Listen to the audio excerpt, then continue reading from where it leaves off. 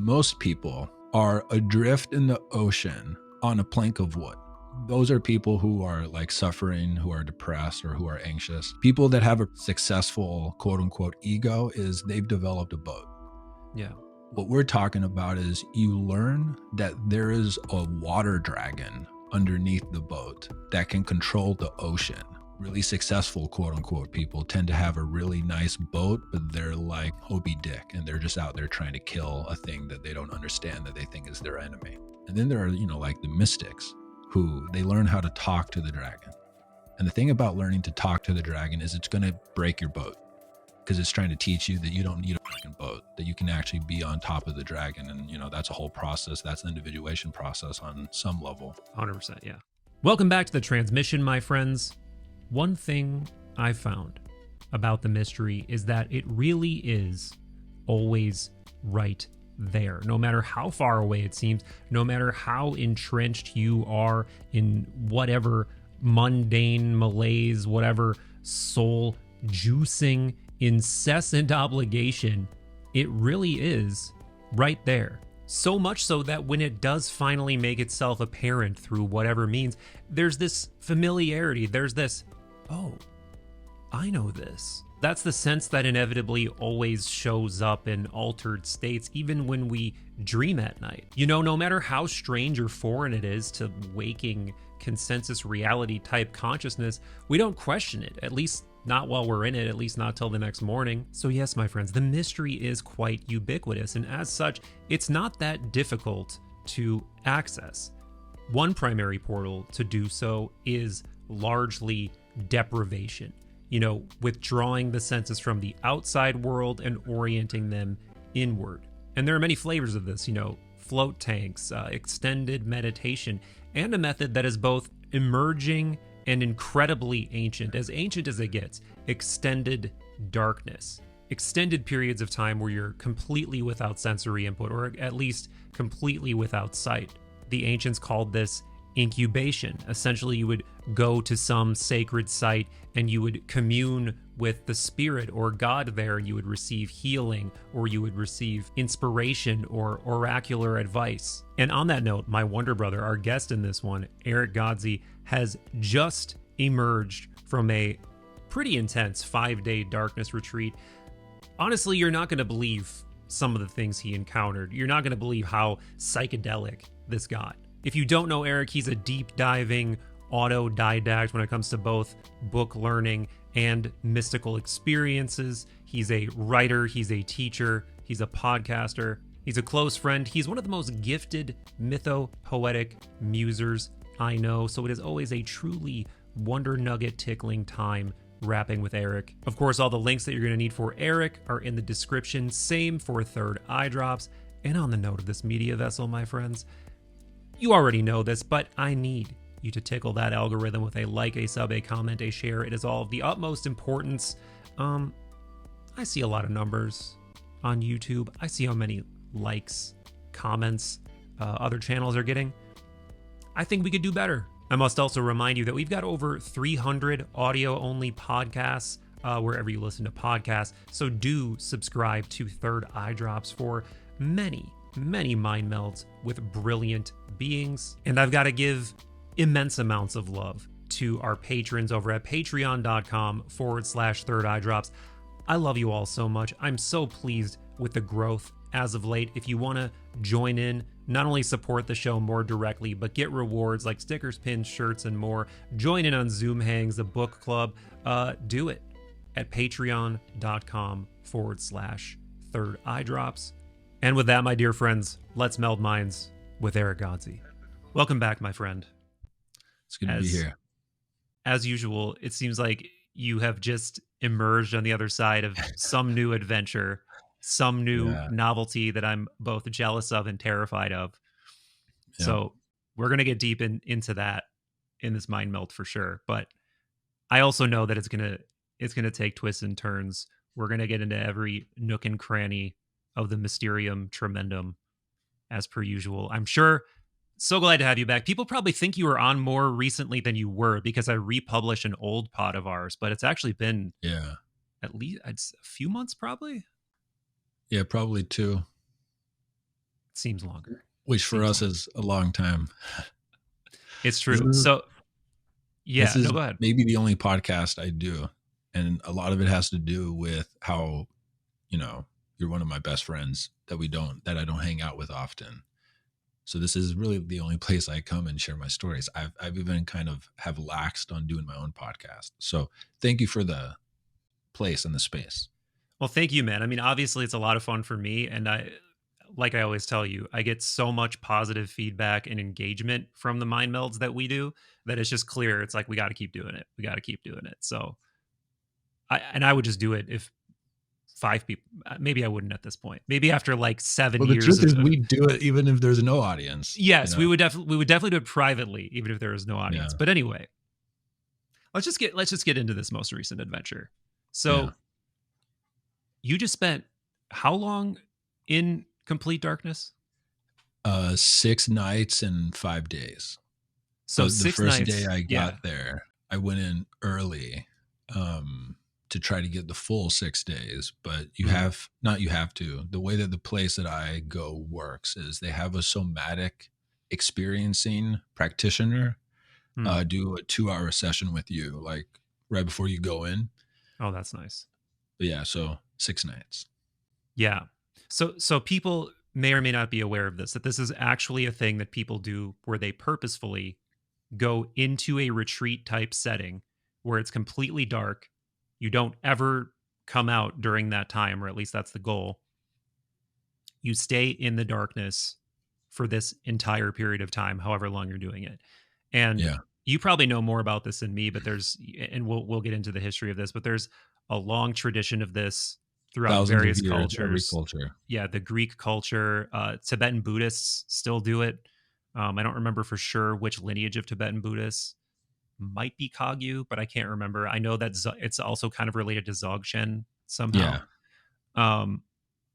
But also there's less evidence for certain cultures, but the general belief seems to be that this was something that went on throughout antiquity, almost across the world. And there's a lot of evidence for it, again, in the Greek world, in the Tibetan world. But it's one of those things that for sure is a major feature of let's call it ancient spirituality, and something that we could not be more far away from now, man, with just how engaged we are, how constantly our senses are being, stimulated. Yeah, just constantly. So doing something like this is first of all, super interesting. But second of all, I think sounds super intimidating because it's just the relinquishment of all novelty, all entertainment, all things that sort of like comfort you and keep you away from, those deeper, subtler parts of the mind. So what made you, because this is the second time you've done it, I know that. And but first of all, what made you want to do it, and what made you want to go back to go even longer? Yeah. So there's a few roots here that when I learned about it made me say yes. So the first root is Carl Jung has this quote, and I wish I knew it by heart because it's one of my favorite quotes by him. But it's something like the psychologist of tomorrow is not going to learn in books and classrooms. They have to go to the mental hospitals. They have to go to the brothels. They have to go to the carnival. Like they have to go to all the places where psyche is in its full expression. And so I've always been the type of psychoanalyst type person where it's like, I want to experience every state of consciousness firsthand, or else I'm going to feel like a hypocrite and a coward. It's like if you're trying to navigate people through different emotions or archetypes, but you've never done a psychedelic. Just for me personally, that feels like hypocrisy. So I've always been interested in non-ordinary states of consciousness. 2, when I was 26, I accidentally ate 180 milligrams of THC and had the hardest experience of my life, still to date, probably the most terrifying. And after I got through it, it was like I tripped into a massive initiation. And after I got through it, I made a promise to myself: nothing in my life is going to be scarier than what I just went through. So whenever I feel the ping of my daemon, of the whisper to do something, especially if it scares me, I just say yes. And so Good when for I you. first heard about the darkness, I felt what you feel, both intense interest and a type of like fascinated terror. And the moment that I felt that, I knew, okay, I'm doing it. The third reason is I personally think that the most direct contact that we get with the thing that is closest to God is dreams. And what happens in the darkness, and the reason why you need to go to like a retreat center or you need to hire a really competent engineer, is because you have to construct a room that keeps out all light. Because what happens physiologically is on the fourth day, like your skin absorbs light. Mm-hmm. And so you have to deprive your entire body of photons. Where on the fourth day, something changes in your brain chemistry and you start sleeping way less. And you also start to produce DMT at higher concentrations. And a inner light starts to emit from, phenomenologically, it feels like the light is behind you and it's starting to like Wow. pulse over your head into your field of darkness. Dude, I don't want to Yes. cut you off, but continue. And then around day 10, those lights start to condense into visions, not imaginations, but actual phenomenologically, the lights are a different thing than imagining light. It is a sensory experience that is somehow chemically being produced in the brain. And so around day 8 to 10, you start to get to experience a type of lucid dreaming that is only available through that technology.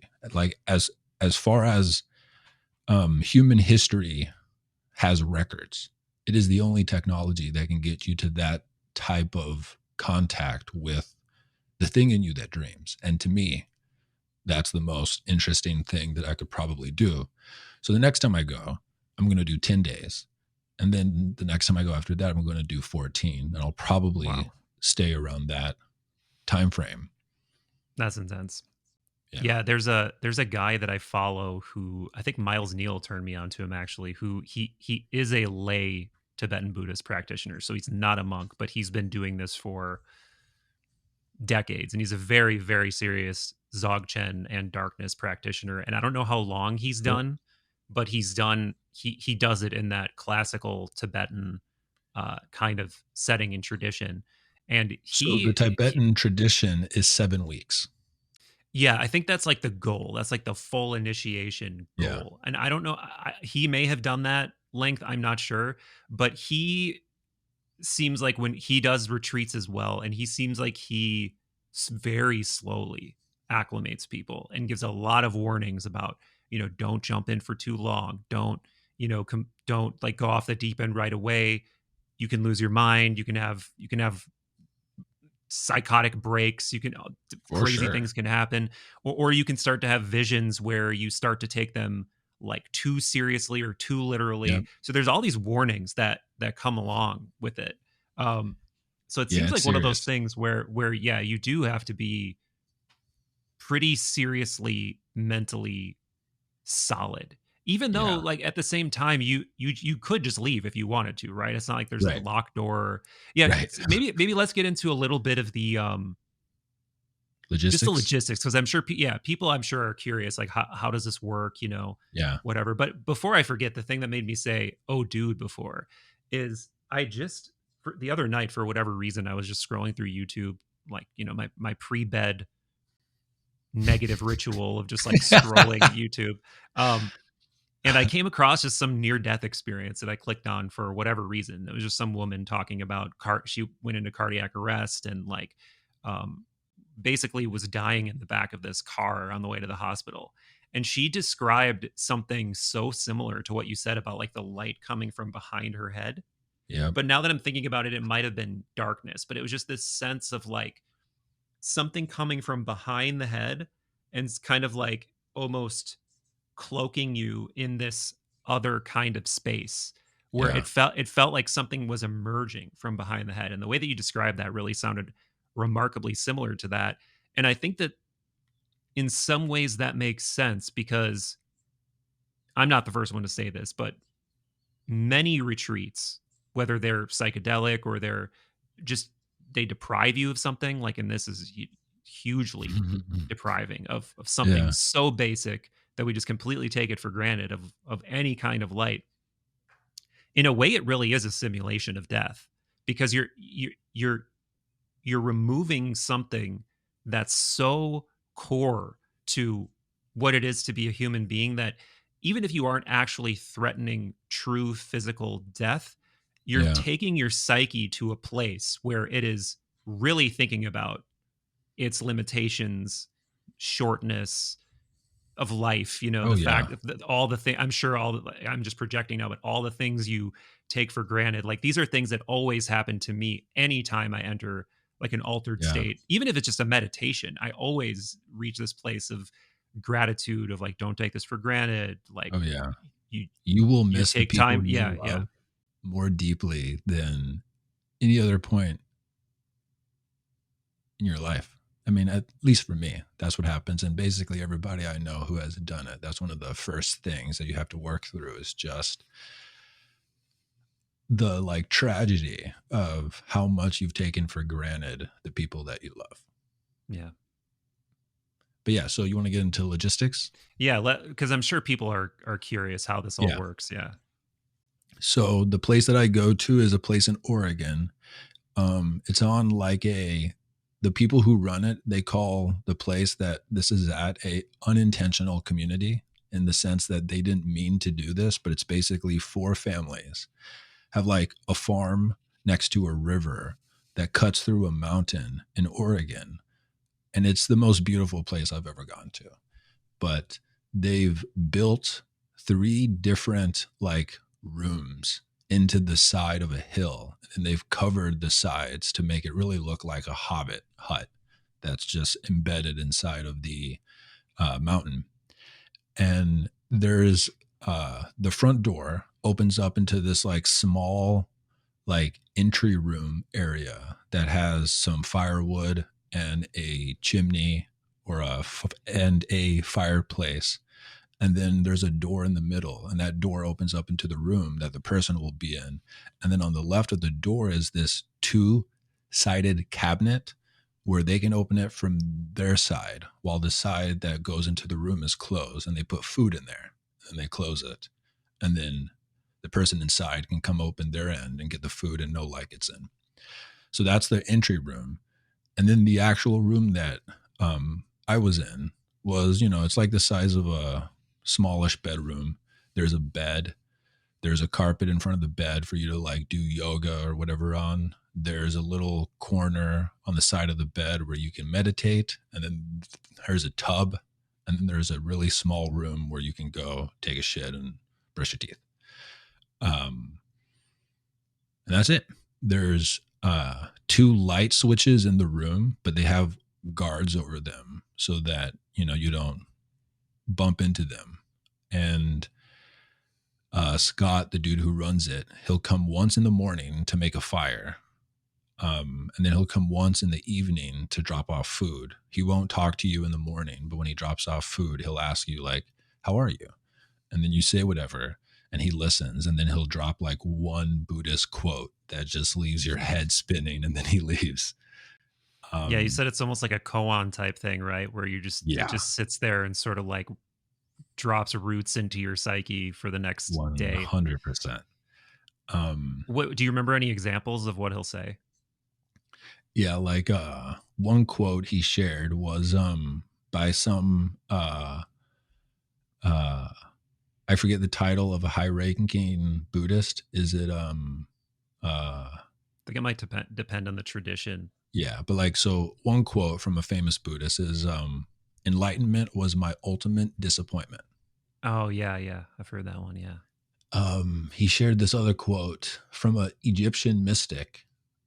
I forget the name. And it's that home is no place. Home is the absence of all resistance. But the banger of a quote that he said the first time I went, that I asked him to retell me this last time, is from Chogyam Trungpa. And it's whenever you regard yourself or your experience as the fulfillment of the ultimate dream, you are participating in an act of self-deception. That's my favorite. It's the idea that if at any point you feel like you're living the dream life, you're in samsara. Yeah. And it's just like, God, you're going to drop that on me on day 4? Like, come on. Right. Yeah. Yeah. And so then basically what happens is when you're ready to go in, they have you do a 2-hour somatic experiencing session with this woman who is the most astute therapist I've ever met in my life. She's in her like mid 30s. She has dreads that go past her waist. And she did a 3-year meditation retreat in India. Wow. Wow. She doesn't have an Instagram. She doesn't have a Twitter. She's not doing any of that shit. And she has this incredible, uncanny capacity to just be listening to you. And then she'll go, "What's that right there?" And it's like she can read your thoughts, because basically what she wants you to do is just to talk about anything that arises. And the way that she describes what she does is she's going to feel for the places you don't want to go. And she won't make you go there. But she's going to, when she finds those places, she's going to curl up around those places like a cat and just slowly invite you to go into those spaces.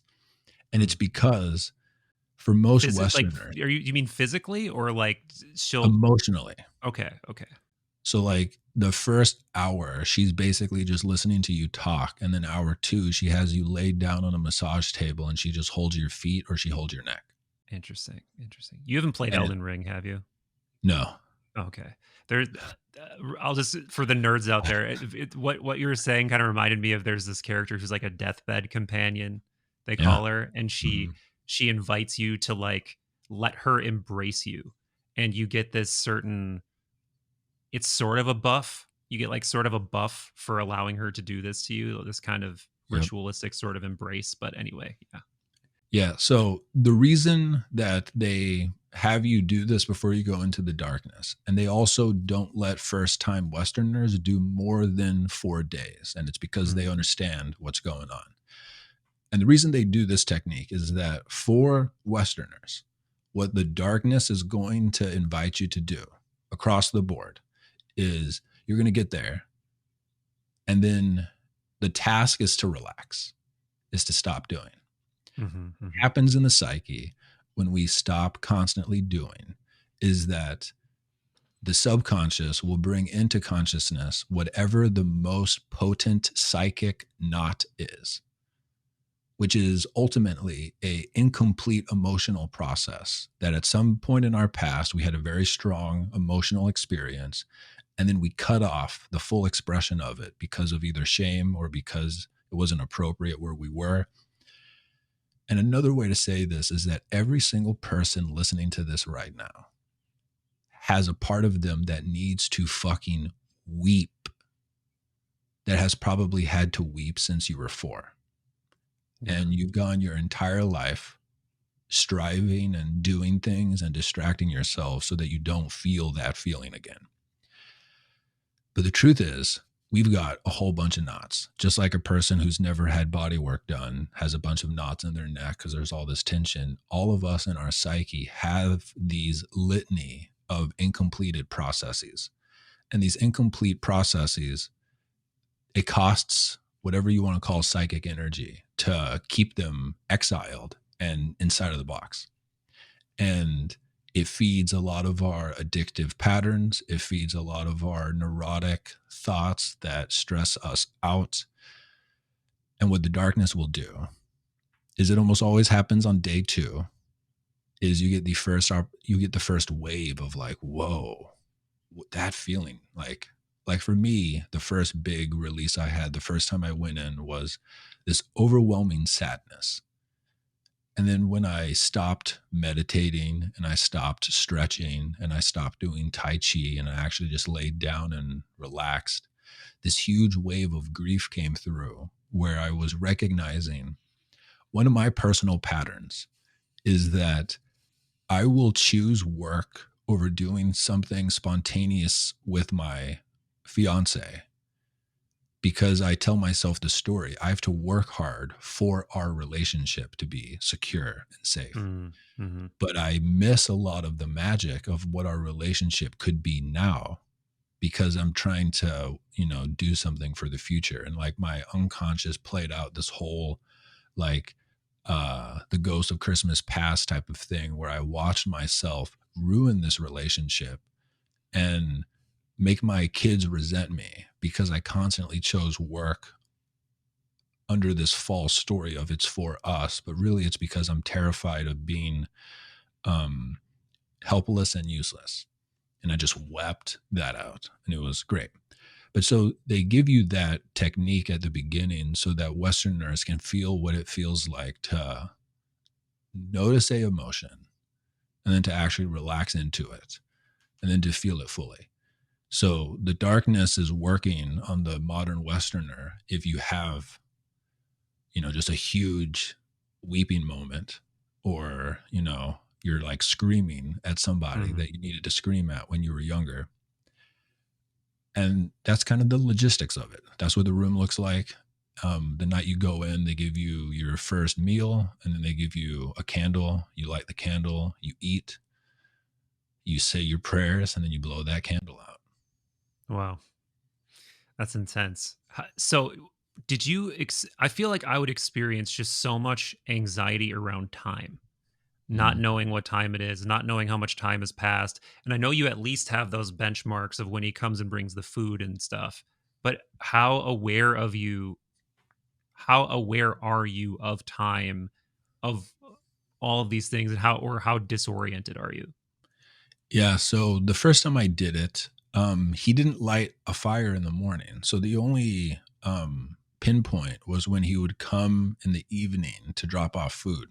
So the first time So I went in, can I ask a question? When you say he lights a fire, you're not seeing the fire though, right? It's a no, so they've designed a fireplace that will face that front room that they go in, and it actually the backside of that like chimney is a wall in my room that they have like a cage around so you don't run Mm. into it.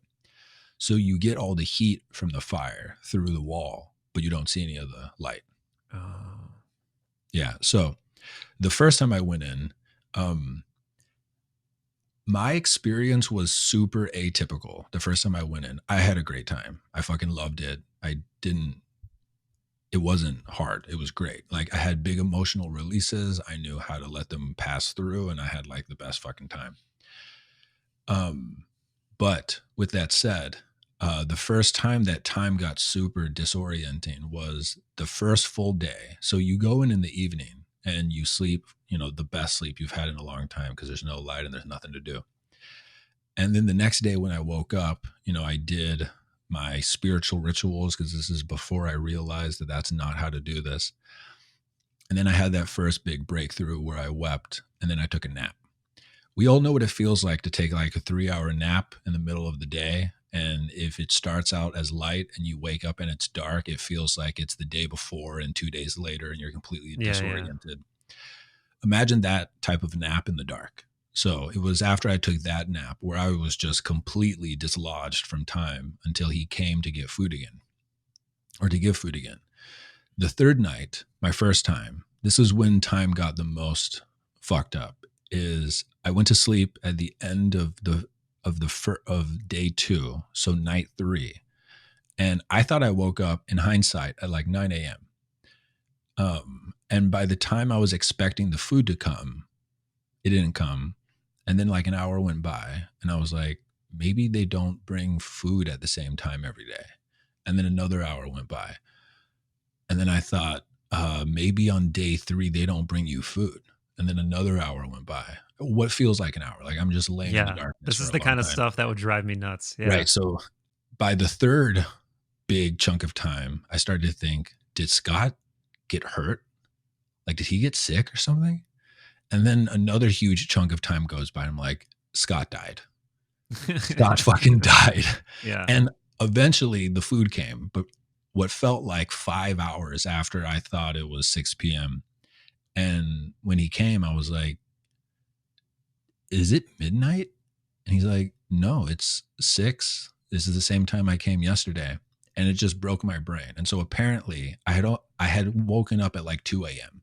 Yeah. Like I thought it was 9 a.m. and just had a full ass day.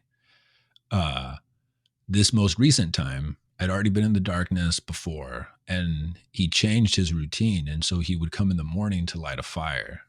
And that actually made it super easy. Like time wasn't an issue for me this most recent time.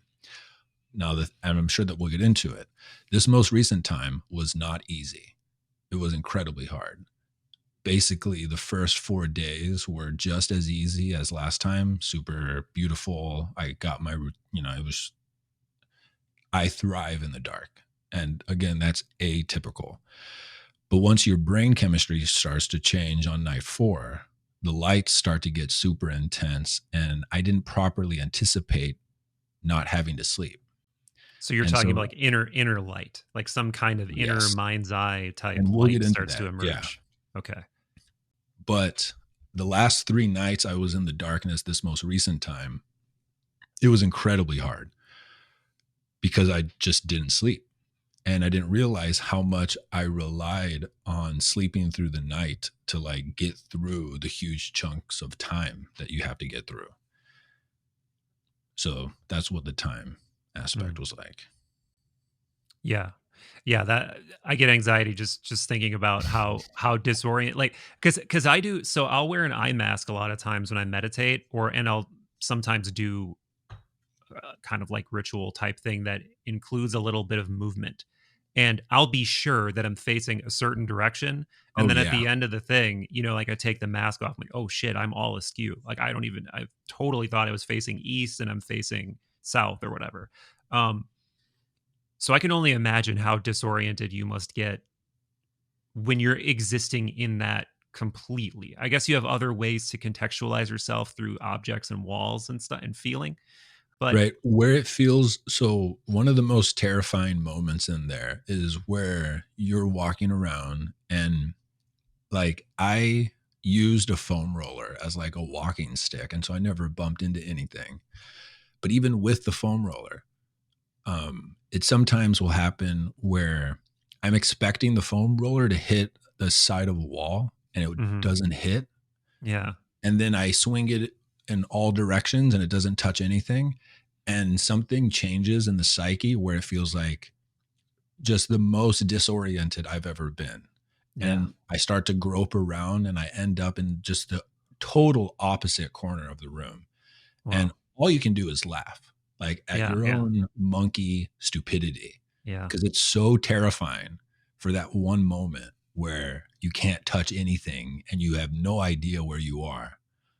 But eventually you figure it out and I just have to laugh at myself. That also makes me think of the sort of like post-life Bardo thing, because one of the other things that you'll hear people say in near-death experiences is that you do get enveloped in this kind of darkness that has no it has no kind of axis. Like there seems to be a ground kind of, but then other than that, there's nothing. There's absolutely nothing, but you're also not scared. They say that you get into this space and it's not scary. Like it's complete darkness, but you're not scared. And then eventually, again, this is kind of interesting with the parallel of inner light starting to come, because eventually the only thing that starts to make itself apparent is some kind of singular light. This is something you hear a lot. Oh, and that this singular is just light what it's like. Will sort of start coming closer and closer and closer to you. And then out of that light, it seems to vary between like you either go into it or out of that light comes something else. Like the standard things of like dead loved ones, or a kind of guardian daimon type spirit who's your guide. That's kind of like, Yep. oh, I know you. You've been with me this whole time, and you sort of just somehow become aware of it. But anyway, now let's get into the weird mystical shit, because Yep.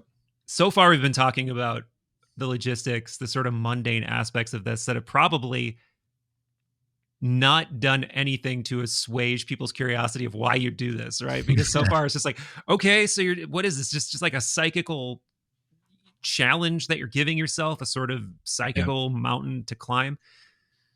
But one of the things you're going to come across again is, if you look into this and you just look into generally, the history of sort of introspective mysticism, of going into the mind, of orienting the senses away from the world and into the inner, for lack of a better term, there's all these grand statements made. Like if you go read something like Plotinus, the things that Plotinus talks about, this Neoplatonist mystic, is just, it's nothing at all like what I've experienced in my own meditation. Like, yes, with the assistance of something like a psychedelic, yes, you do get to these incredibly visionary, geometry laden, even sometimes being or archetype inhabited sort of spaces.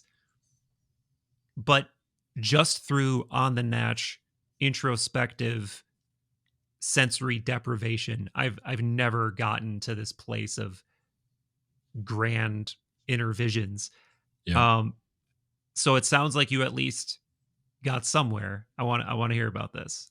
What happened? So the first thing that is mind-boggling, if you sit with it, is why is there a evolutionary trigger in the human nervous system that if you completely deprive it of photons for 4 days, no matter how good you are at meditating, no matter how spiritual you are, whatever, an inner light starts to pulse. And the first time I felt it, so just first, why the fuck does that happen? Yeah. Which is a huge question that nobody has answered. I have some hypotheses, but we can talk about that later. But the first time I experienced this inner light, it was on the end of day 3 of my first time doing the darkness last year. And while I was in the darkness, by the time I got to day 3, I had totally forgotten that this is something that happens. It just wasn't in my, I was just trying to get through everything that was, the current obstacles. Like, how do you know when you're done wiping your ass? You don't. You just got to keep wiping and then trust God. But I was eating some food, and it's such like, close your eyes right now unless you're driving. And if you can, put your palms over your eyes to really get a sense of what darkness is like. It's not the same as closing your eyes, because closing your eyes in the presence of light is blinding compared to being in complete blackness. Now try to imagine what it would be like to only see that for 3 full days. And then out of nowhere, it's like this heartbeat of light is behind your head, and it's starting to like bleed over your head into your field of vision, which is just darkness. You're completely sober. And this is the thing that I can't emphasize enough. This first time I experienced the lights, it was the most spiritual experience I've ever had in my life. And I've done every possible drug, because there's something about the quality of the complete sobriety that whatever this light source is, this like pulsing almost heart rhythm, it's something in me that can produce this phenomenon. And the way it landed in me the first time is it felt like some ancient, huge animal thing was starting to like unfurl itself. And it was like, it brought tears to my eyes. Wow. Because I came out the next day, the first time I did the darkness, this is a year ago, the lights were, their vibe was as if my whale mother, like if I was a baby whale, my mother whale was singing me a lullaby. That was the vibe of the like woo, woo, woo of the light. It was the best. So the moment I came out, I was like, put me back on the list. I'm coming back in and I'm doing a week. And so I come back this most recent time. On day 3, I'm doing a Dzogchen meditation, and I have a 108 beaded mala necklace. And once I get like 3/4 of the way through the necklace, something in me intuitively knows that by the time I get to the end of this, the lights are going to start. And I don't know how I know this. I just know it. And it's not even like a guess. I just know it. And like clockwork, when I get to the very last bead, my eyes start to cry. And then the lights start. And it's just this beatific, again, you're completely sober and there's a vision starting. And it's not the same as imagination. A bunch of cool stuff happens in your imagination in there. That's its own entire story. Yeah. These lights are a different phenomenological thing. And while you're there, the people who run the place, you know, they're very big on like, you might see lights, you might not. Like they really try to downplay it because people in the West want the lights. But the truth is it's everything that you've ever imagined plus more. Sorry. You know, it just is fucking incredible. Yeah. That is, and I do want to clarify, even though I said I have not experienced anything like what you're describing in meditation, I can reliably get to this place that sort of feels like a threshold where, like, you know, kind of what my practice is that I do on a almost daily basis when I'm being good. And I get to this sort of threshold place reliably within 10 to 15 minutes where it sort of feels like a swirling mind's eye, like visual mist, or like almost like I don't know how to describe it. It's almost like a little waving sort of swirl of light that's sort of, for me, manifests in a gradient that's sort of going between a yellow and purple, but it's dark. It's like a dark yellow, dark purple. The one I see is purple, and it like starts out at the periphery, and it's like a pulse that pulses into a point in the middle. And it's like yeah, exactly the same for me. Exactly the same. Very interesting. Very, very interesting. So with that being able to come on fairly quickly, what is it like when it's so hard to explain these things phenomenologically, and I've actually tried looking some of these things up online, but it's so weird that you just told me you have the exact same experience, and I couldn't find anybody saying that exact same thing. But just you saying that you have a similar experience leads me to believe that it's somewhat regular. And this is the kind of thing that sucks when you don't have a teacher who can kind of orient you. We're all just doing this without a teacher. Yeah. Well, at least we are. So this most recent time, the lights come on, and it's incredible and beautiful, and I love it. But this time, because I stayed in longer, the lights changed, and I basically had, and they talk about this, that often people are so overwhelmed by the intensity of the lights that they have to come out and expose their skin to light, and then the lights will go away because it seems to be like a chemical reaction. So the first time I went into the darkness, the lights were sweet whale, like lullaby, just beatific and soft and nurturing. This time, the most recent time, the lights start like that. And then I go to try to sleep that night, and I can't sleep. And the lights start to turn from just like a pulsing, like moonlight, into these like fractaling geometric mandalas that are like in front of my face and kind of like growing and twisting towards me. And it looks almost like starbursts, like not the candy, but actual like stars bursting. And the frame rate of the heartbeat turns into like an EDM song in its frames.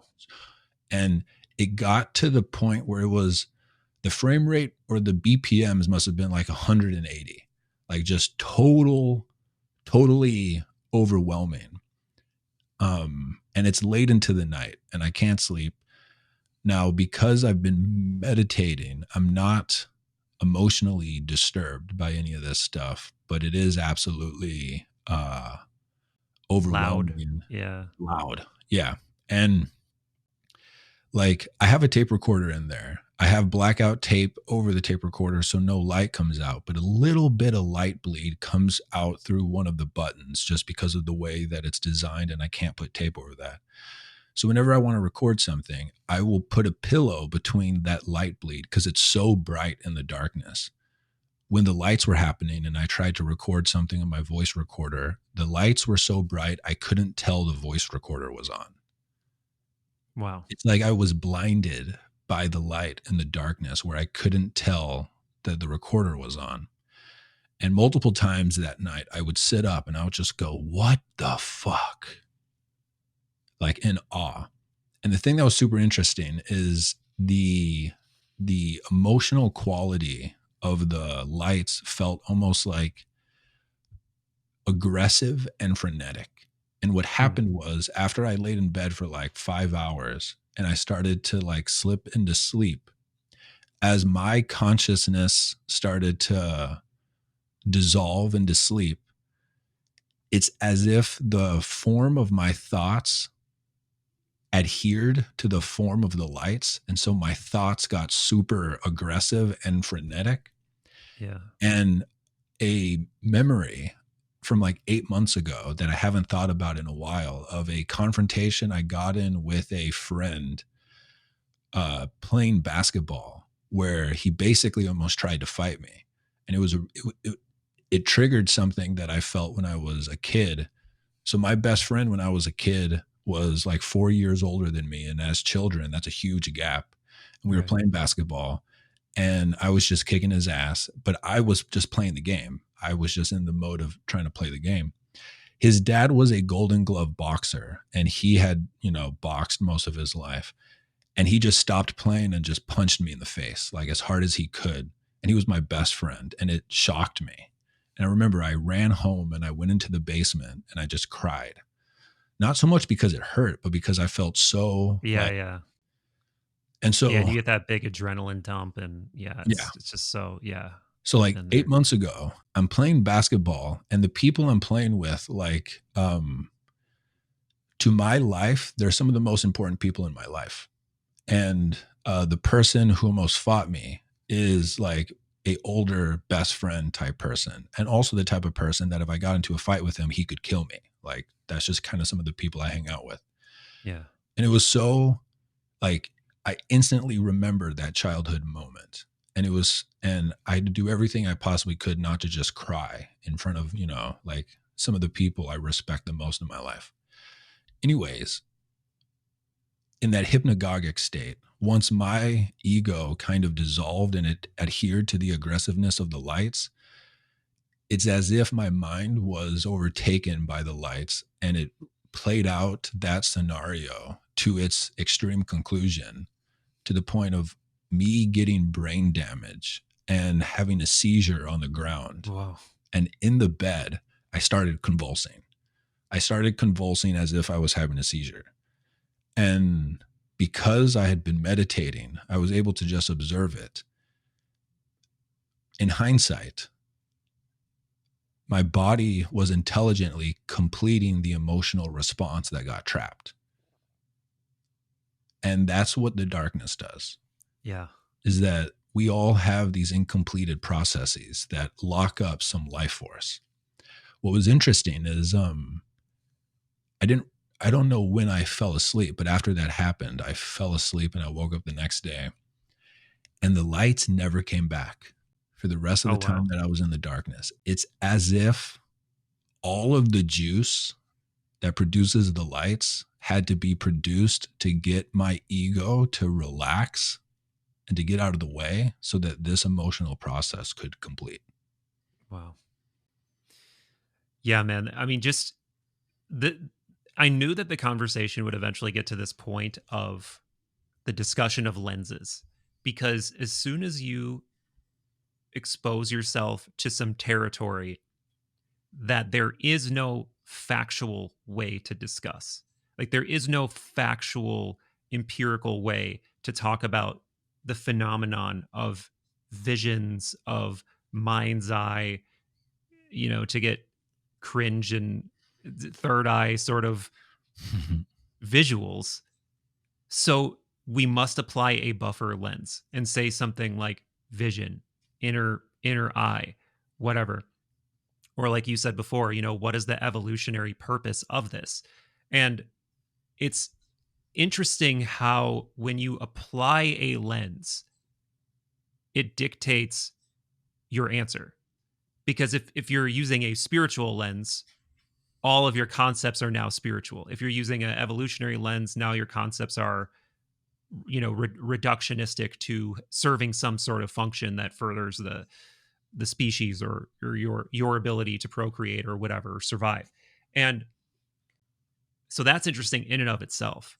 But I would argue that I think, according to just parsimony from where I'm sitting, this points to something that you can't reduce down to some kind of physical need.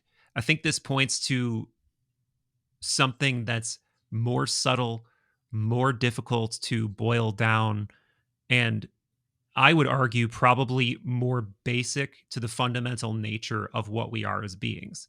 And I do think that you have to look to mystics to get any kind of bearing on what's going on here. And again, I'm tempted to return to the Platonic tradition just because that's like where I'm in this Yeah, like for sure. Greek sort of lineage. That's why you have to go in the darkness, because it's a part of your lineage. I guess I'm getting sucked into it for sure. And what they say is you're glimpsing the true reality.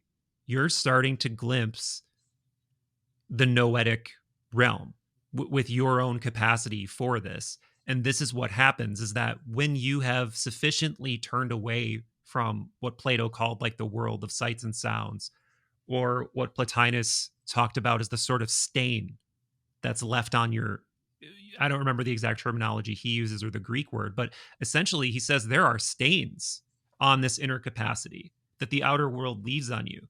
And it takes time to remove the stains.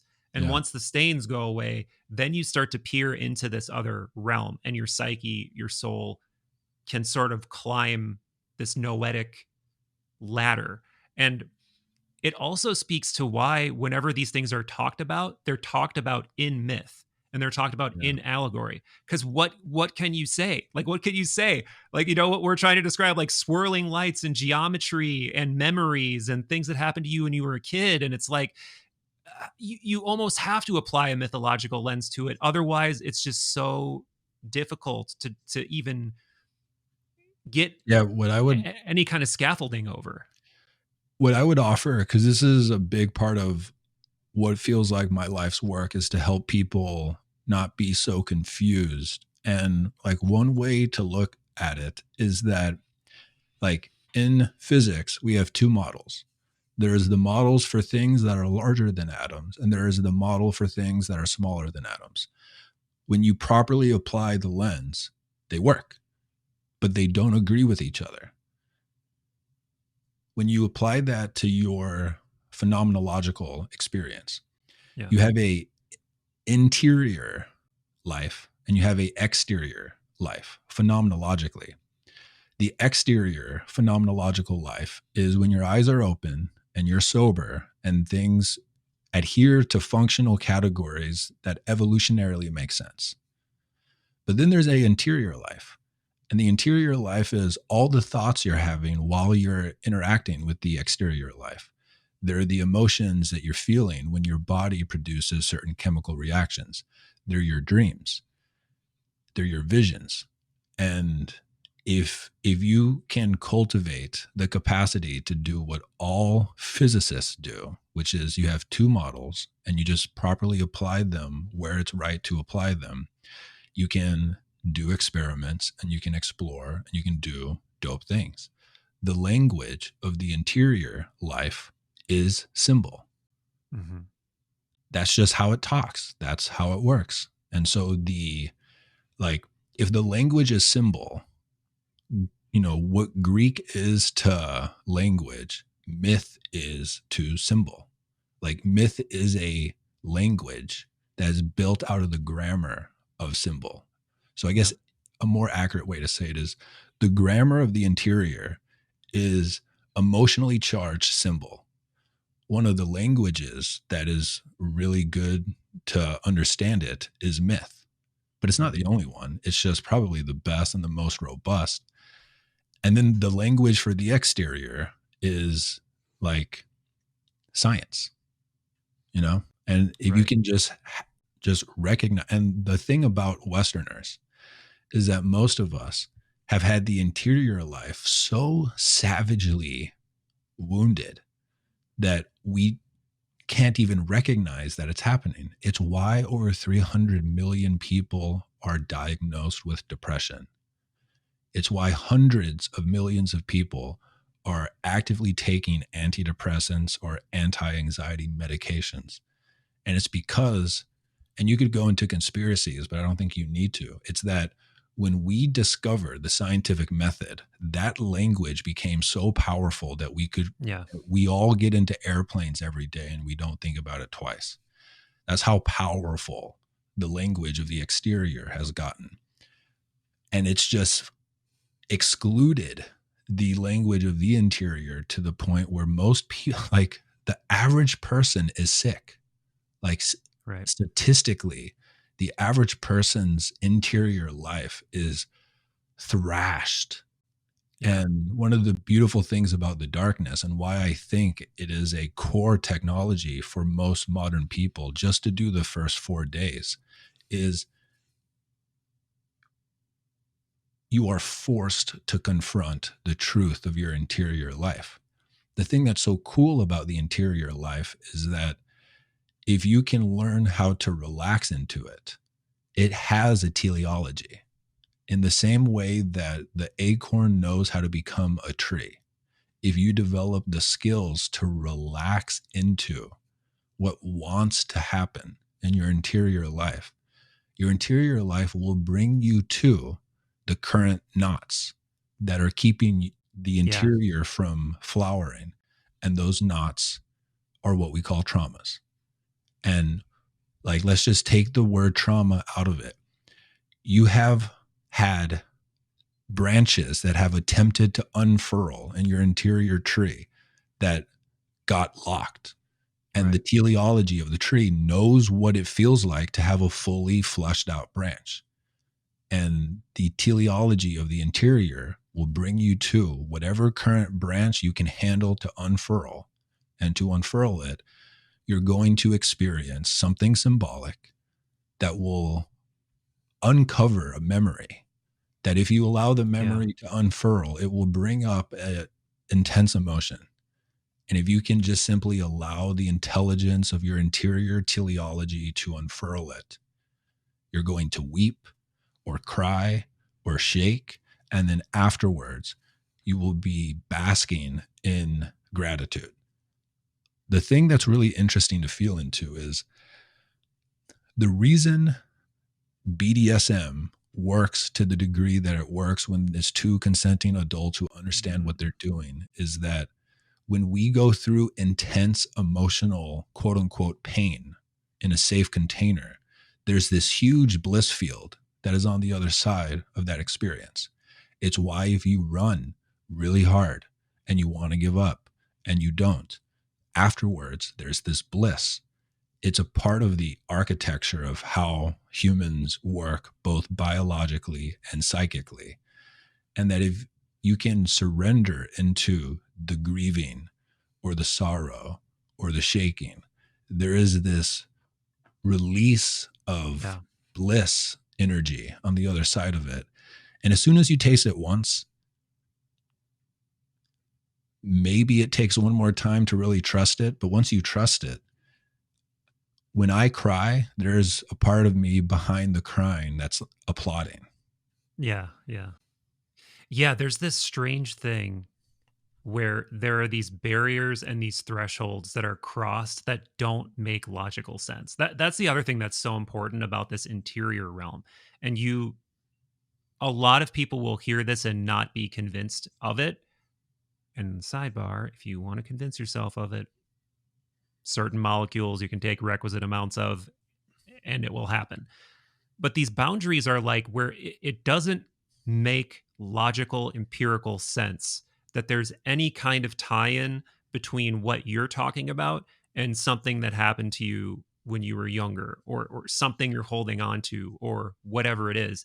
And then you enter these visionary spaces and the connections just suddenly make an intuitive kind of sense that you can't deny, where you feel some kind of catharsis or release or archetypal something or other that makes itself known. And sometimes, like, think about, for instance, everybody's, if you're into this kind of stuff and you've heard 58,000 different people's ayahuasca vision experiences like Eric and I have, one of the things that it will sometimes manifest itself as is like little beings that come and work on you in a certain area, like in your heart. And then suddenly that trauma or that thing is just feels healed, or feels like, light got into the darkness or something. And all of these things, while we're saying them, they may sound cheesy, or they may sound like they don't make any sense. You absolutely can get to these places, and they have such a tremendous subjective impact when they occur that you almost, I mean, this has happened to me, where in the moment, there's a little person, a little observer behind the whole thing that's like, don't you ever fucking doubt that this happened, because you're going to doubt Yeah. it. But remember that I'm telling you right now not to doubt it. And it's very impactful and very real. And there's a tremendous gravity to it when it does happen. And it's So also not, two things unfortunately, it's the type of thing you can't force to happen. It's like, for sure. and I don't want to give everybody the notion that, oh, if you go take this or go into this kind of a retreat or do that, it's definitely going to happen. I can't promise you anything, For sure. but it can happen. That's for Yeah. sure. So two things. One, what you're talking about when you say it doesn't make logical sense, but when you're in it, there's a type of intuitive, like, duh type of feeling. Yeah. That thing, if you're a therapist of any caliber and you've ever been in the presence of someone who has just resolved something deep, you know exactly what we're talking about and you're not confused. If what we're talking about is confusing with love, that is a signal that there are a lot of deep emotions inside of you that you have been able to successfully repress most of your life.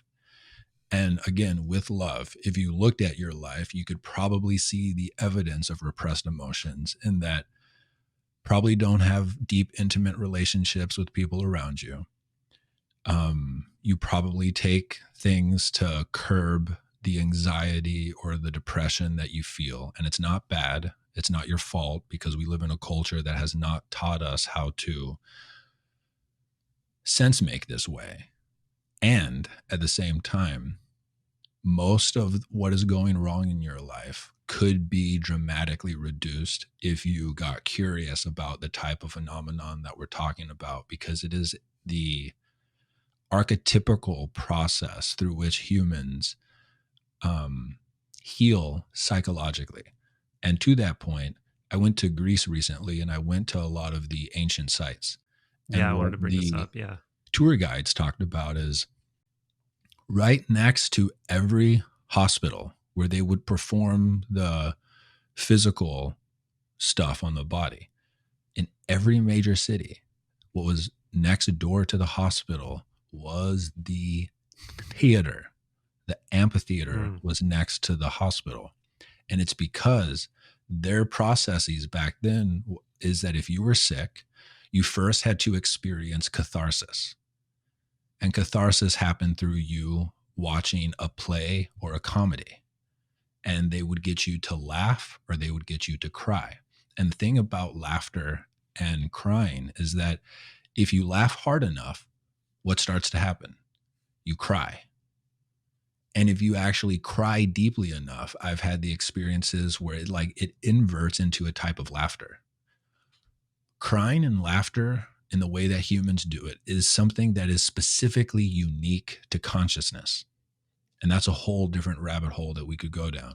So the Greeks understood you got to get people to experience catharsis, and then you can go work on whatever the specific thing is that is the physical ailment. So this has an ancient tradition. Part two here is the Trojan horse of the Jungian style of dream interpretation teaches you, without you realizing it, how to release into this type of process that will create these emotional healing moments. And what I mean there is, if Jung was adamant about anything, he was adamant about you cannot understand your dreams through a dream dictionary.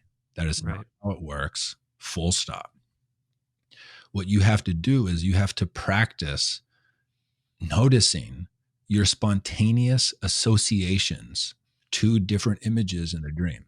And so step one of doing dream work is, you map out the major images that stand out from the dream. And then you practice bringing that image to mind. And like Buddhist meditation, you're trying to notice the first associative image or thought that arises in response to that image. If you work with your dreams consistently, you will recognize that almost always the one that gives you that click moment of, oh my God, that's what it's trying to say. It's the one that surprises you the most. It's not logical. There's something else that is happening. And there's a bunch of research in Western psychology, if you try to understand how the mind works, where what's called divergent thinking is essentially creativity. And so when you bring these images to mind, the most interesting divergent, quote unquote, random thought often is the one that produces the internal feeling of, oh, it's that. And so working with dreams, it trains that capacity to trust the associative thought. And so what happens when you get into these non-ordinary states of consciousness where there's the opportunity for something to heal is that memory will come up that doesn't make any sense. And if you can just allow it to be like you're interpreting a dream and you just let the memory start to occupy your consciousness, what will happen 9 out of 10 times is you're going to start to feel a feeling that you don't want to feel. And if you simply just allow yourself to observe that feeling, it's going to grow. And then it's going to get to a point where it grows to a place of being terrifying. And it's in that moment, if you can allow it to continue to grow, you're going to heal something. If healing means anything. And again, I wrote an article on how to heal trauma a couple of years ago. Hardcore modern science shows that the way acute trauma gets trapped in the body is you get put inside of an experience where you have a strong physiological reaction to either fight, flee, or freeze. And if that physiological surge of energy was somehow interrupted, we don't know exactly the mechanisms, but we can measure what happens when it gets stuck. And what happens when it gets stuck is you start to get sick. And to a person who doesn't understand trauma, it can look like you have 6 different illnesses and they just get more intense as time goes on.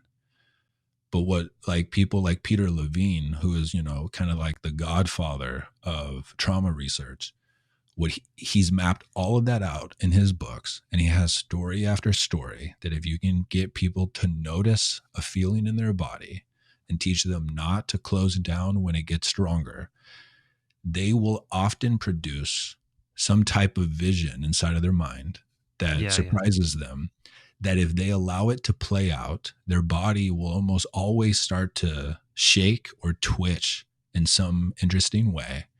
And if they go through it, they feel a huge relief afterwards. Yeah.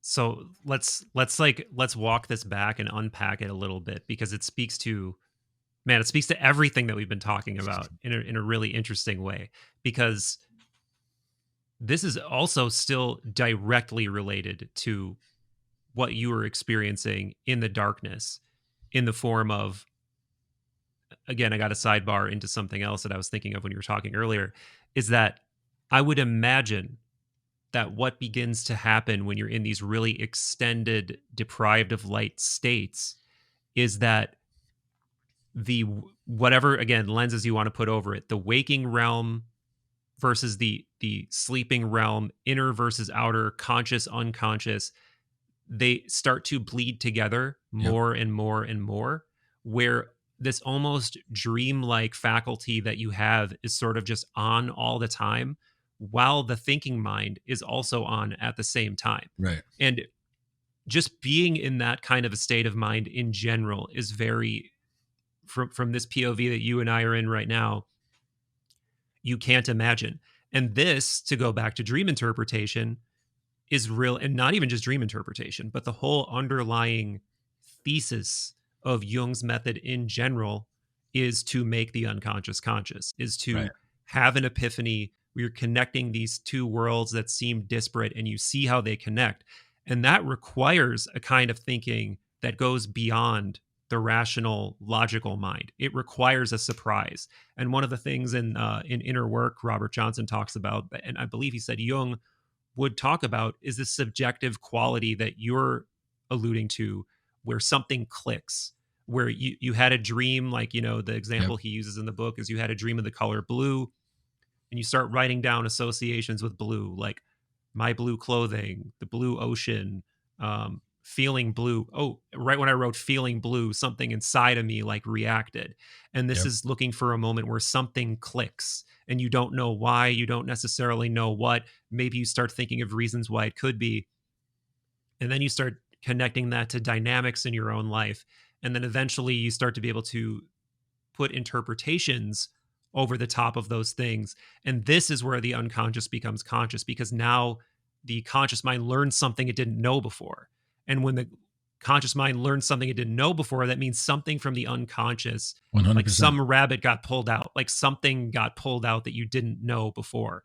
And if you really dedicate yourself to that process, you're becoming more like that person who's living in both worlds at once. You become more individuated. You become, or Yep. whatever, again, analogy you want to use, you become more aware of all the parts of the mandala, as Jung would have put it, where you didn't even know that this was a part of you. Like, to you, it felt like going through some sort of crazy labyrinthian dungeon. And as you've mapped it out over time, you realize all of it is your psyche.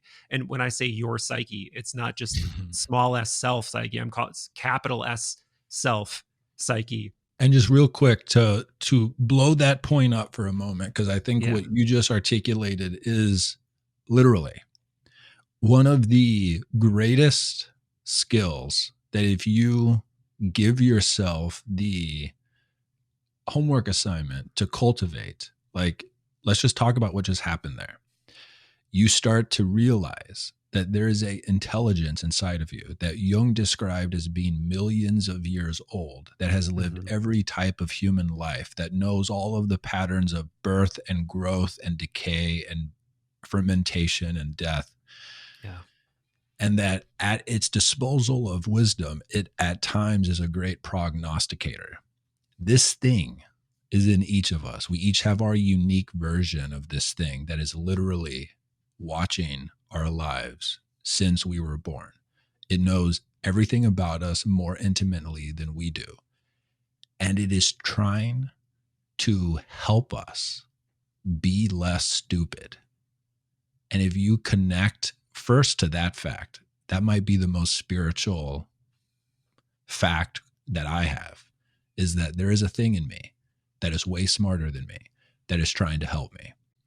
Yeah. And then you And not even cultivate. in you, but it is you more than you're aware of that it's you. And I think that that's like 100%. an important thing to communicate, because your experience of who you are is actually less true than the foggy thing that you're not sure if it exists. You know what I'm 100. saying? Like Yes. that's the So thing that's like such a the yeah. symbol that comes to mind is most people are adrift in the ocean on a plank of wood.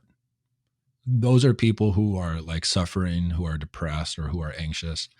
People that have a pretty well successful quote unquote ego is they've developed a boat. Yeah. What we're talking about is you learn that there is a water dragon underneath the boat that can control the ocean. that if you learn how to interact with it, you can actually put the boat on top of this dragon and fucking fly around and go into the depths. And it's a whole different game. Yeah. Most people are adrift on a plank.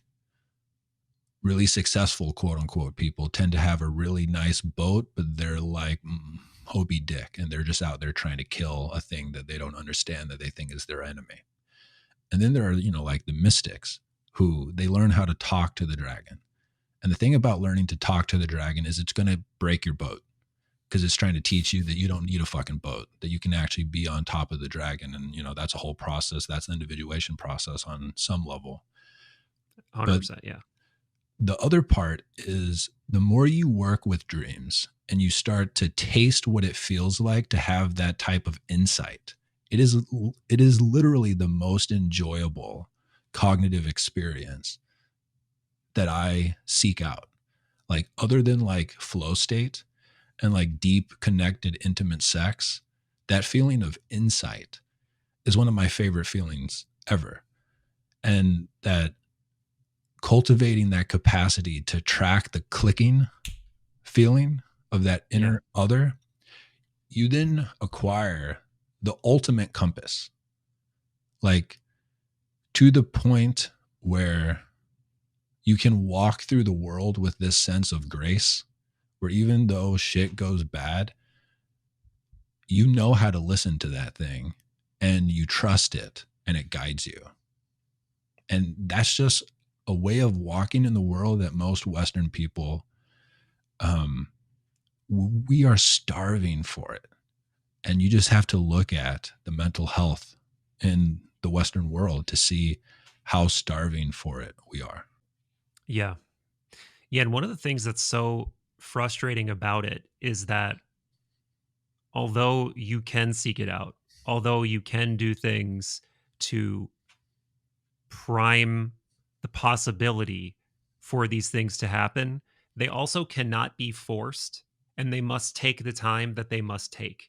And it's sort of like, I don't want to make it sound like I'm relinquishing the necessity of the individual to make a conscious decision, but there's something about it that requires a prostration before you even go in to this realm. Like the idea that the ego can figure it out, the idea that the person who has the boat can, who's like built this boat, the idea that that same consciousness is capable of what we're talking about is something where I think, I'm sure you do this, I do this, where there's some part of the ego that is just resilient. It's like you say you want to prostrate the ego, but behind that the ego is hiding, being like, yeah, but I'm going to worm my way in there. I'm going to be I'm still going to benefit from this somehow.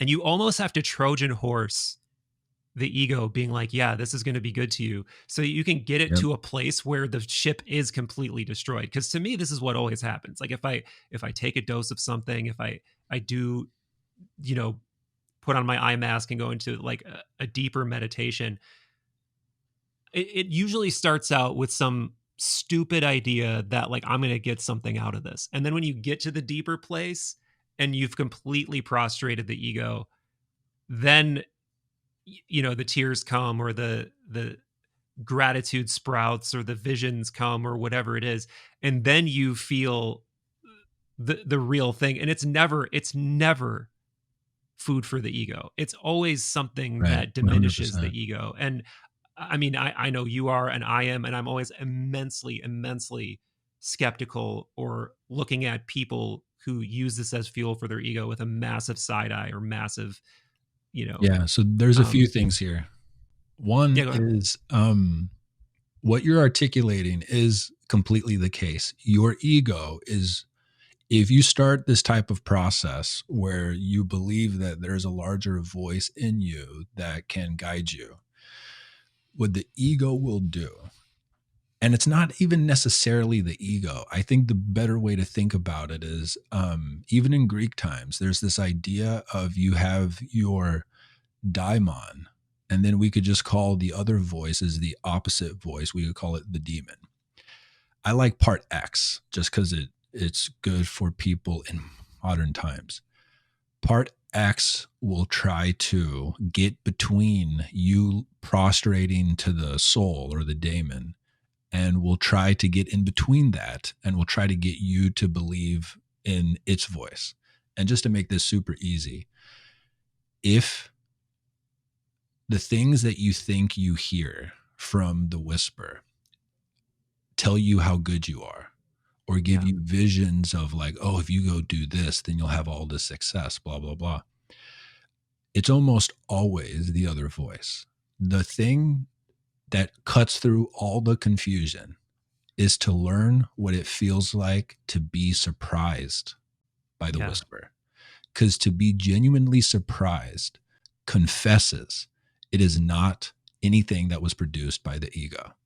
Yeah. If it doesn't surprise you, that's a pretty good sign that, one, it is either not the whisper, or two, it's the whisper telling you, I have nothing new to tell you until you do the thing that you know you've needed to do for the last 3 years.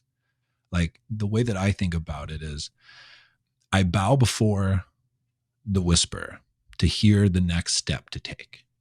Once I hear the next step to take, which will always scare me, it's either I go do that thing, or my whisper doesn't have anything new to tell me.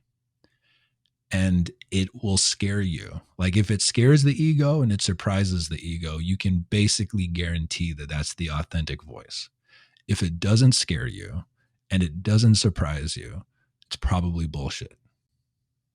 Yeah. Yeah. And I'm fresh off making this dream interpretation video. So much of this is fresh in my mind. And there's part in the interpretation section of Inner Work where Robert Johnson essentially says the exact same thing. And it's, when you're interpreting a dream, don't choose an interpretation that inflates the ego. Don't choose an interpretation that's something you already knew. Don't choose an interpretation that tells you how great you are, or like tells you, that you're right. You were fighting with this person in the dream that you actually have a beef with, and you defeated that person in the argument. So your dream intelligence is trying to tell you that no, that's not what it's doing.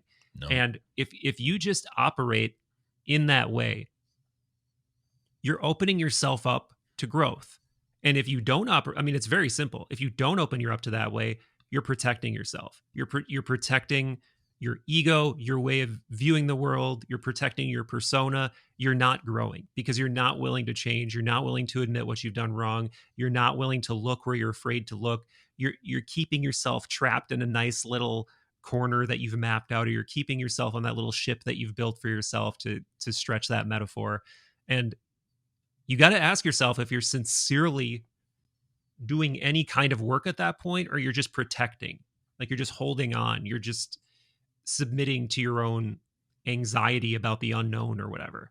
And a great thing to connect to is, if spending 4 days alone in complete darkness scares you on any level, that is actually a signal that your ego knows there is something in the room that I've been asked to do that I'm not doing. Oh yeah, I have no doubt. I have a storm of diamonds hanging off. We all do.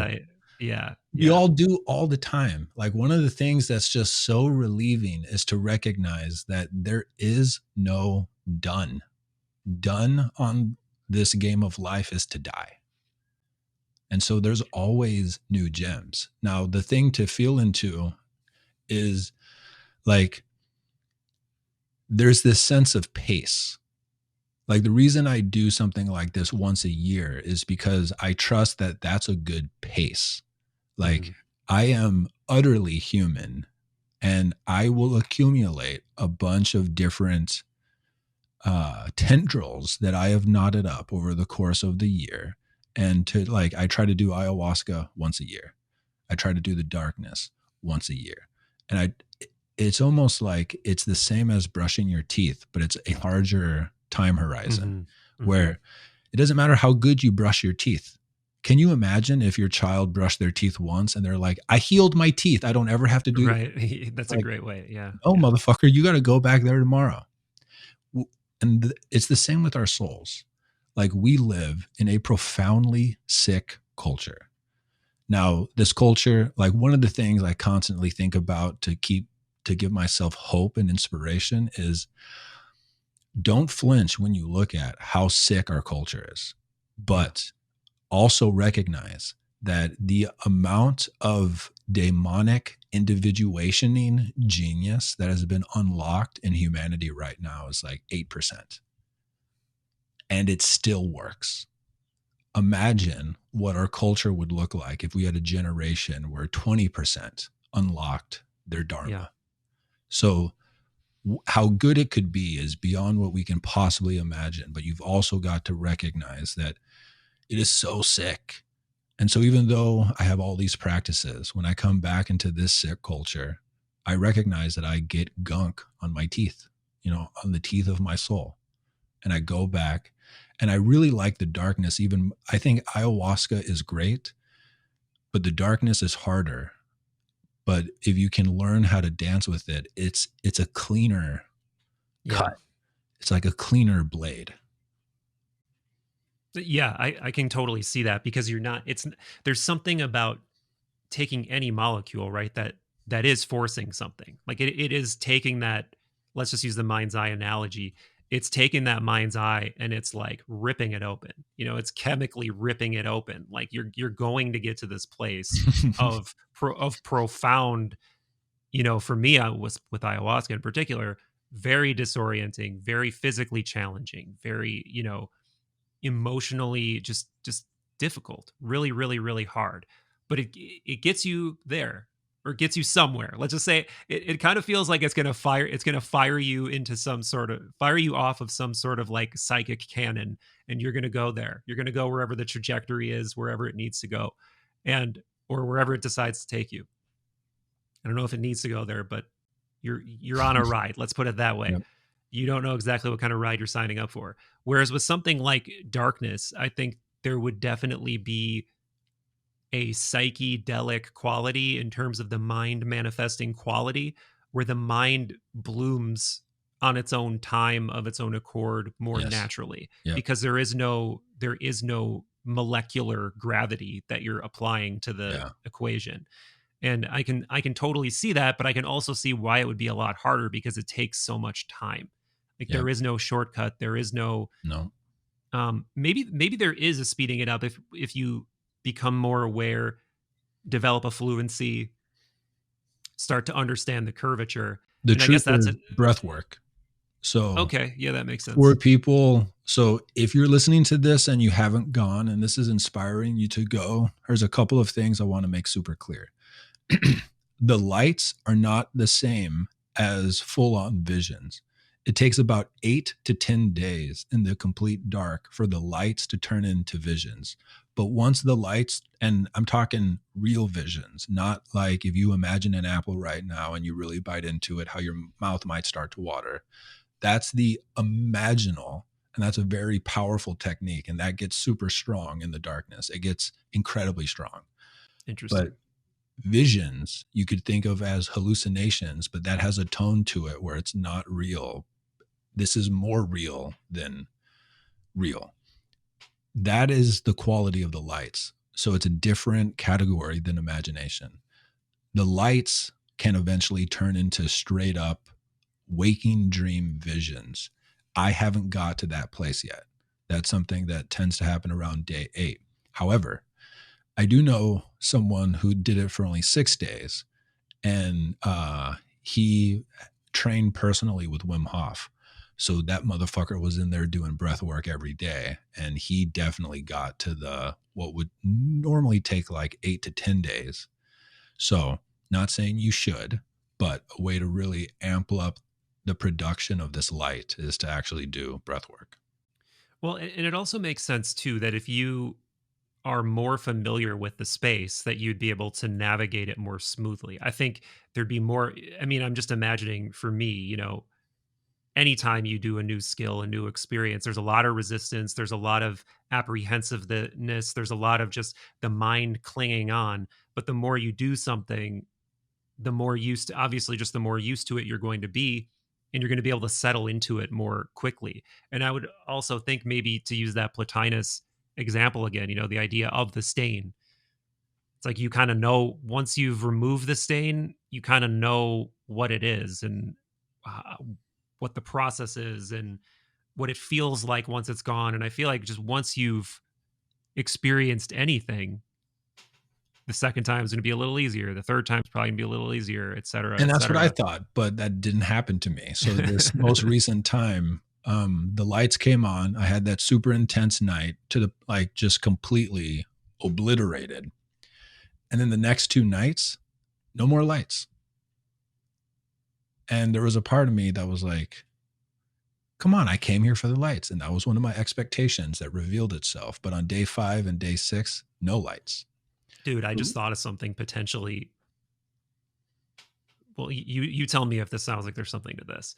Are you familiar with the chariot analogy in the Phaedrus? Yeah. So for people who don't know this thing from this Platonic dialogue, there is this, I guess it's a myth. I don't remember the exact word that they use to describe it, if they apply mythos to this or not. But when they're talking about the soul, and they're talking about the three faculties of the soul that Plato talks about, eros, thymos, logos, they use this chariot analogy. And it's that if you want to get to these higher realms of understanding, you have to understand how to be a good chariot driver. And the chariot itself is symbolic of these three parts of the soul. You have just to nutshell it to the simplest degree, you have a bad horse that doesn't listen, that always is getting distracted, that's always doing what it wants.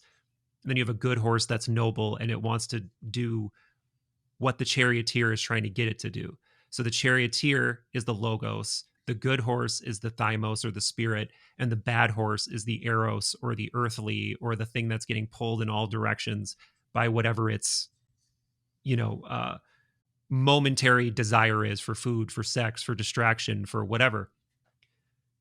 In your situation there, it almost sounds like an experience of lifting off, of going up, up, up, and then something, some fear, some memory, some eros thing, not in the way of like sexual desire, but of like heavy earthly stuff, pulled you back down with your reliving of this trauma. And then that took you back to like ground level or something. That because most people, when they read that, they read this sort of obvious interpretation of everything that I just said, of like, you got to control your own mind. You got to learn how to, prostrate the desires before the higher part of your mind. And like, yeah, of course you feed that horse, you train that horse, but that horse doesn't dictate where you go.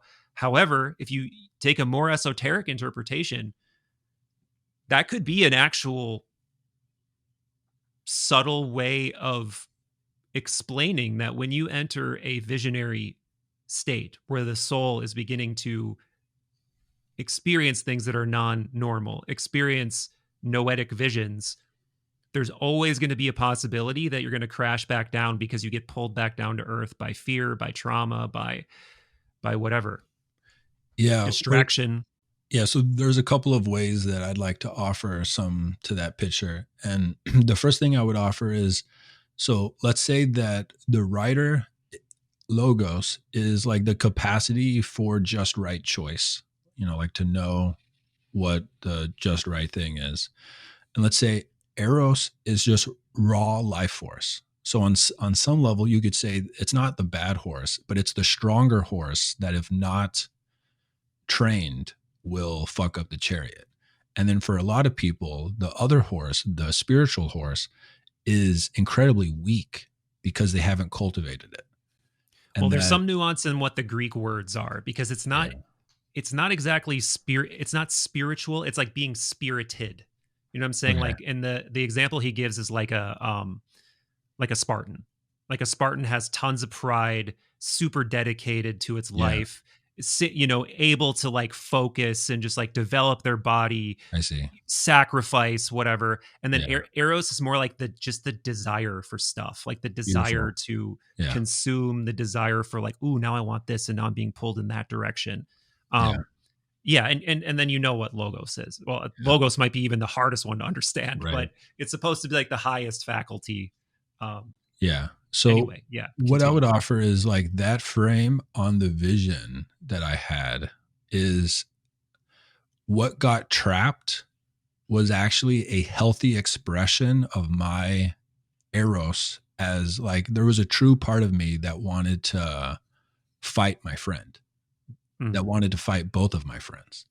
mm, That, if you got really Freudian with it, you could say that there was an animalistic part of me that wanted to fucking kill my friend, both when I was a child and when I was older.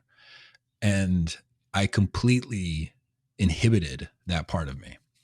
Like all of us listening, you would not be here. You would not be alive if you didn't have 100 generations of ancestors where somebody killed somebody else with their fucking hands. It's in us. And um, for a lot of men who have healthy relationships with their moms, which is me, and I would guess is probably you, and a lot of, like spiritually inclined men, maybe the most inhibited primal drive is that drive to fucking kill. And what I would guess was the case is that furled part of my tree was so deeply blocked that it took so much of that light energy to have to be pulsed into it for mm. 5+ hours that it like used up the juice Wow. to unfurl that tree. And that on some level my psyche was like, there isn't any other branch at this point in your life for this darkness retreat that needs to be unfurled. And also, Ah, you okay. probably just need to have a hard time, So it was like Yeah. after that light show. So I tried to go into this most recent darkness retreat, without expectation and humble, but I wasn't, because I had such a good experience the first time. I had expectations. I wanted the lights, and I wasn't that humble. The part of the story I didn't tell you was right before that fourth night where I had the light show, I told Scott, I was like, it's been super easy so far. I feel like I could do 10 days. And it was almost like some part of my psyche was like, gotcha, bitch, you know? Yeah. And so I had that really potent experience on night 4.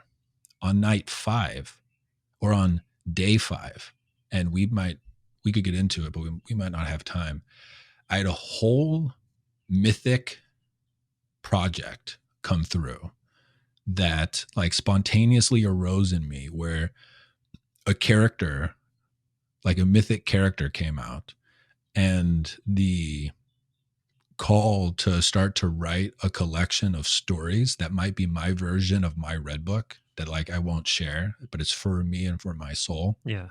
where this mythic character enters into the King Arthur mythos and meets each of the major characters and puts them through a darkness retreat so that they have to actually heal themselves. And the last person he's going to help heal is King Arthur.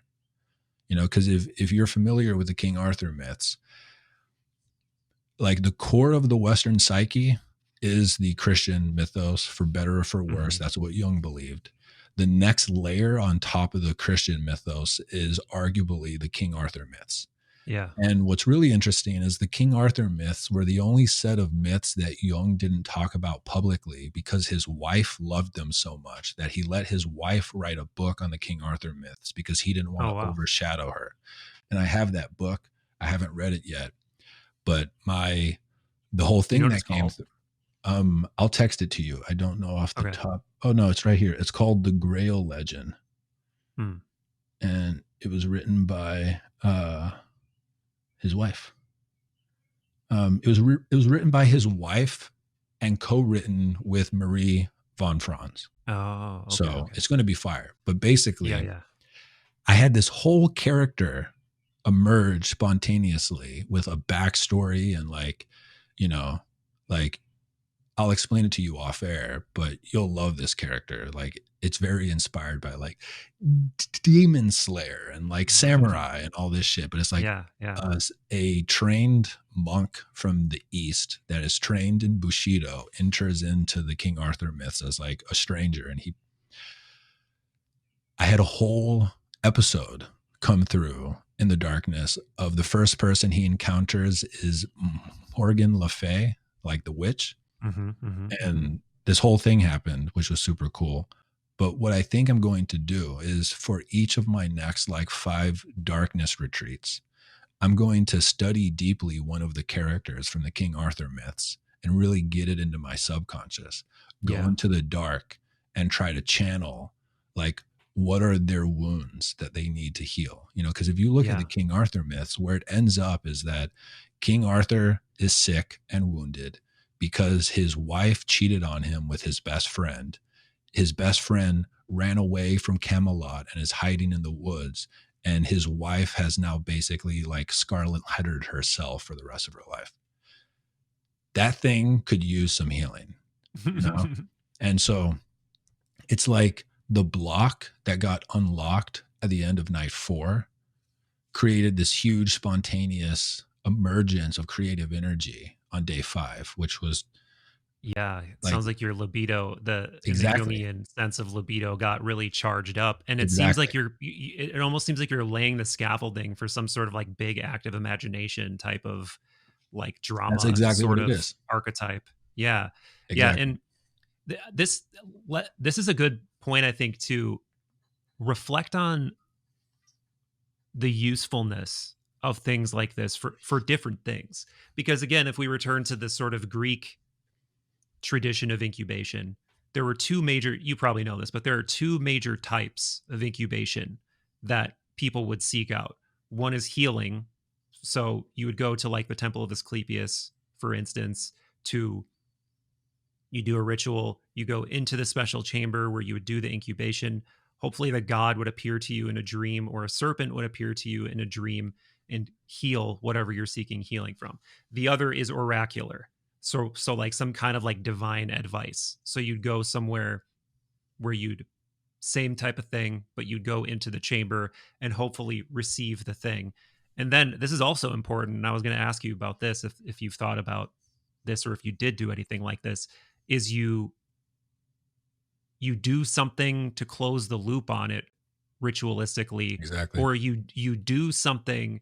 In the case of the Greeks, you do something for the god at the end. So if they fulfilled your request, you need to do something for them now. And that could be, in the old days, I'm sure it was sacrifices, or it was you maybe donation, or statue is built, or you do your own thing.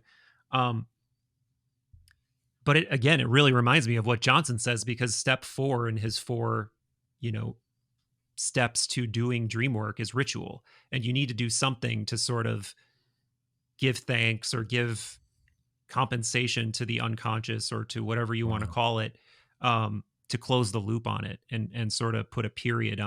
on that particular insight.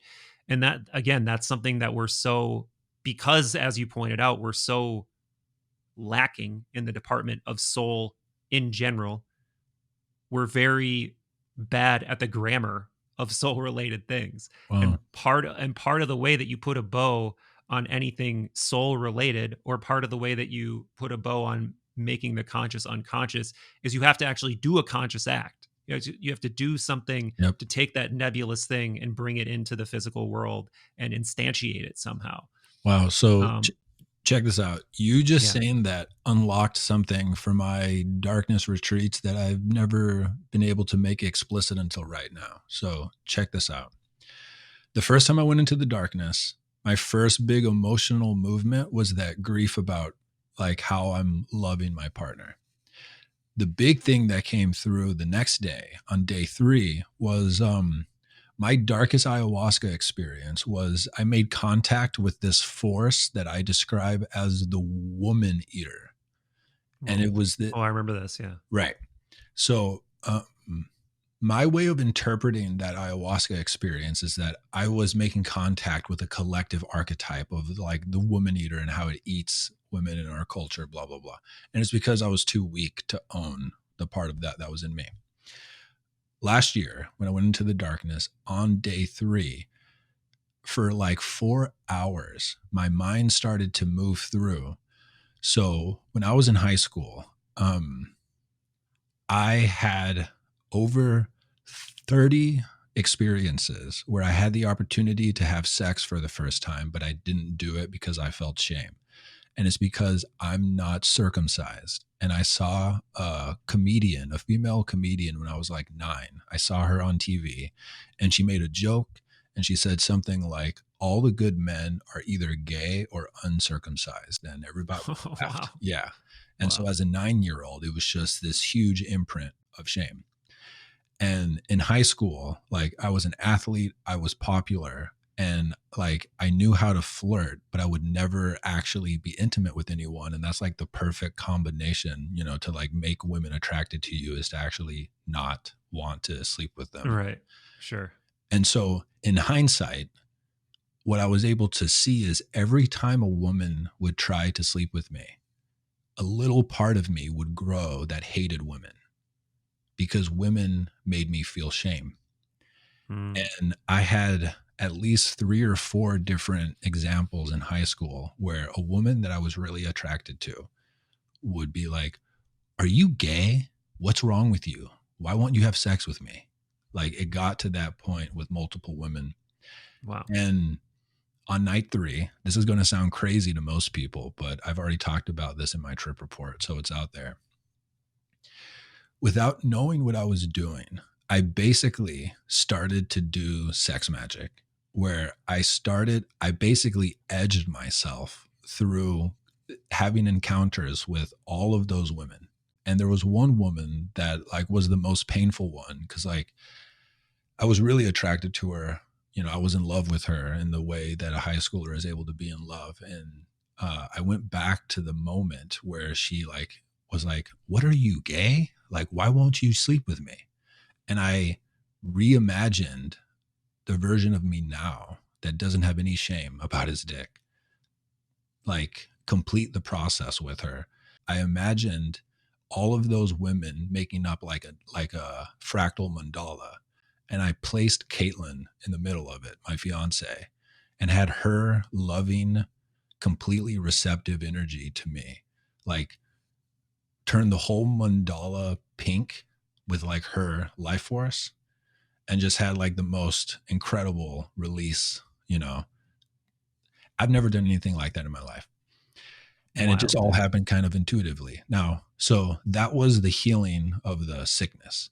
The next day, my last day in the darkness, I have a mentor who has done darkness retreats, and he basically told me, don't try to ask for anything until the last day. Just focus on getting as relaxed as you possibly can. And then on the last day, you can ask your questions. I asked whatever the thing is that listens when we pray on the last day. I asked, what should I give my life to? And the thought that came through was the phrase, the Regenerative City Project. And then I said that out loud.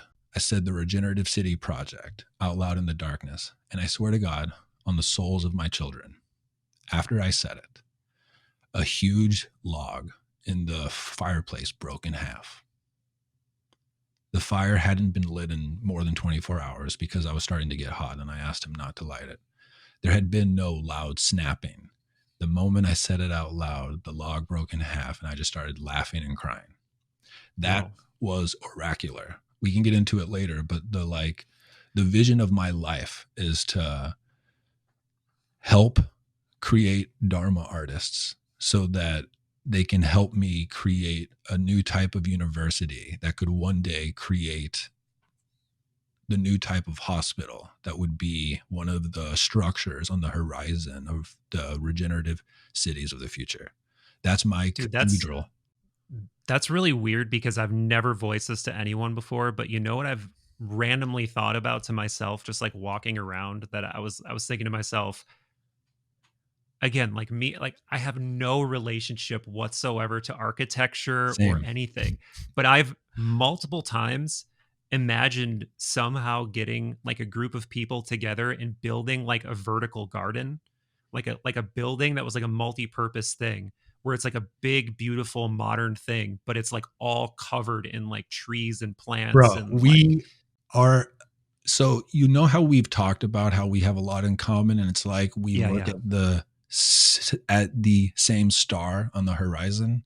Yeah. Like we see the same dream, and we can talk more about that later. So Yeah, maybe we like should. the oracular gift of this previous one, of the first one, was the regenerative city project. Now, this most recent one, that like seizure in bed was the like healing moment. And it feels like this myth was the oracular moment. Like it really felt and feels like I've been given my red book task.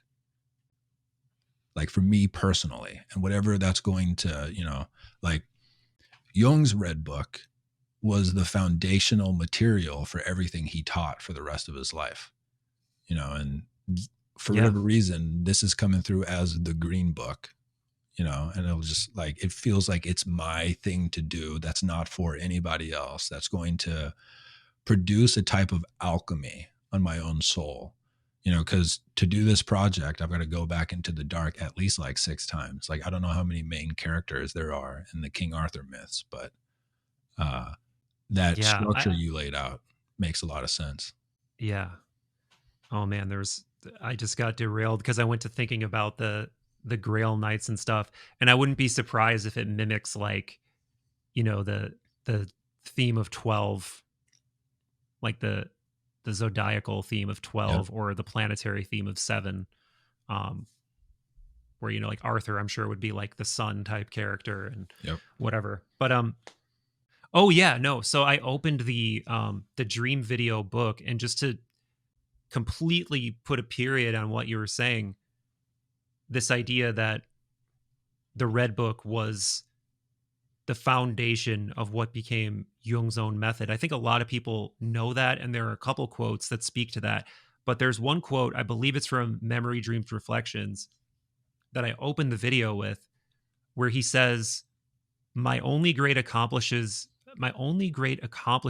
in life were inner accomplishments, dreams and visions.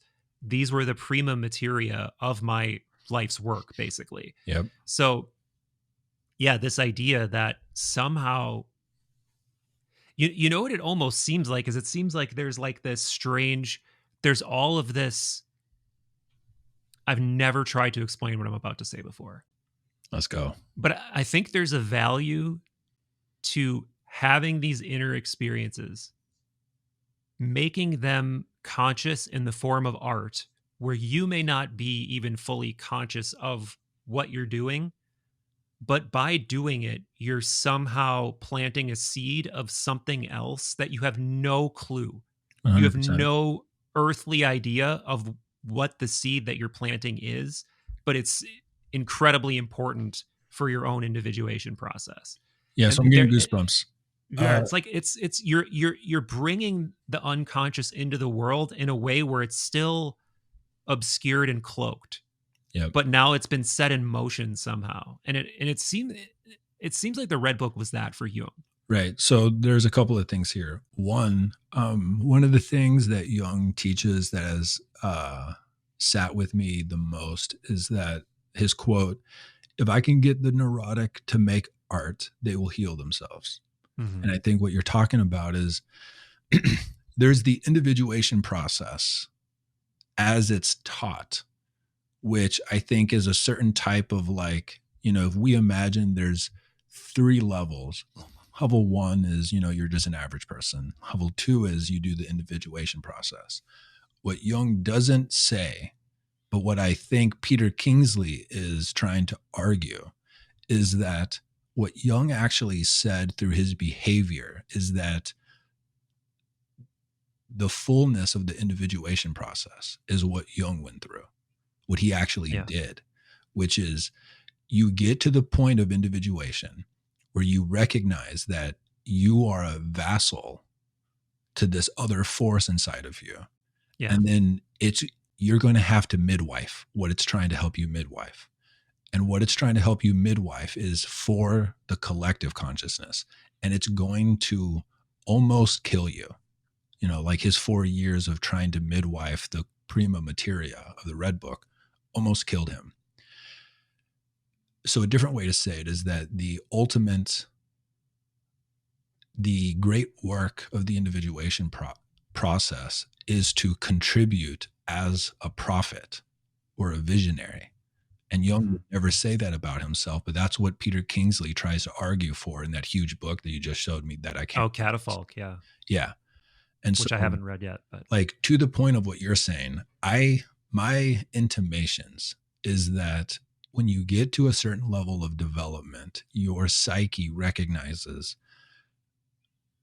he's or she is ready to be a midwife.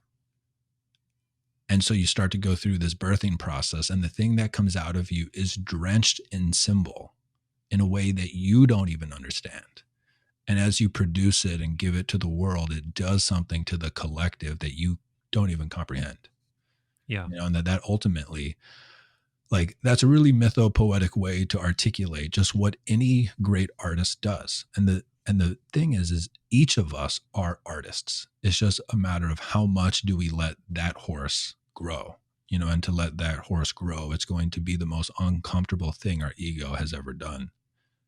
But the byproduct is you create art that actually helps the collective. Yeah.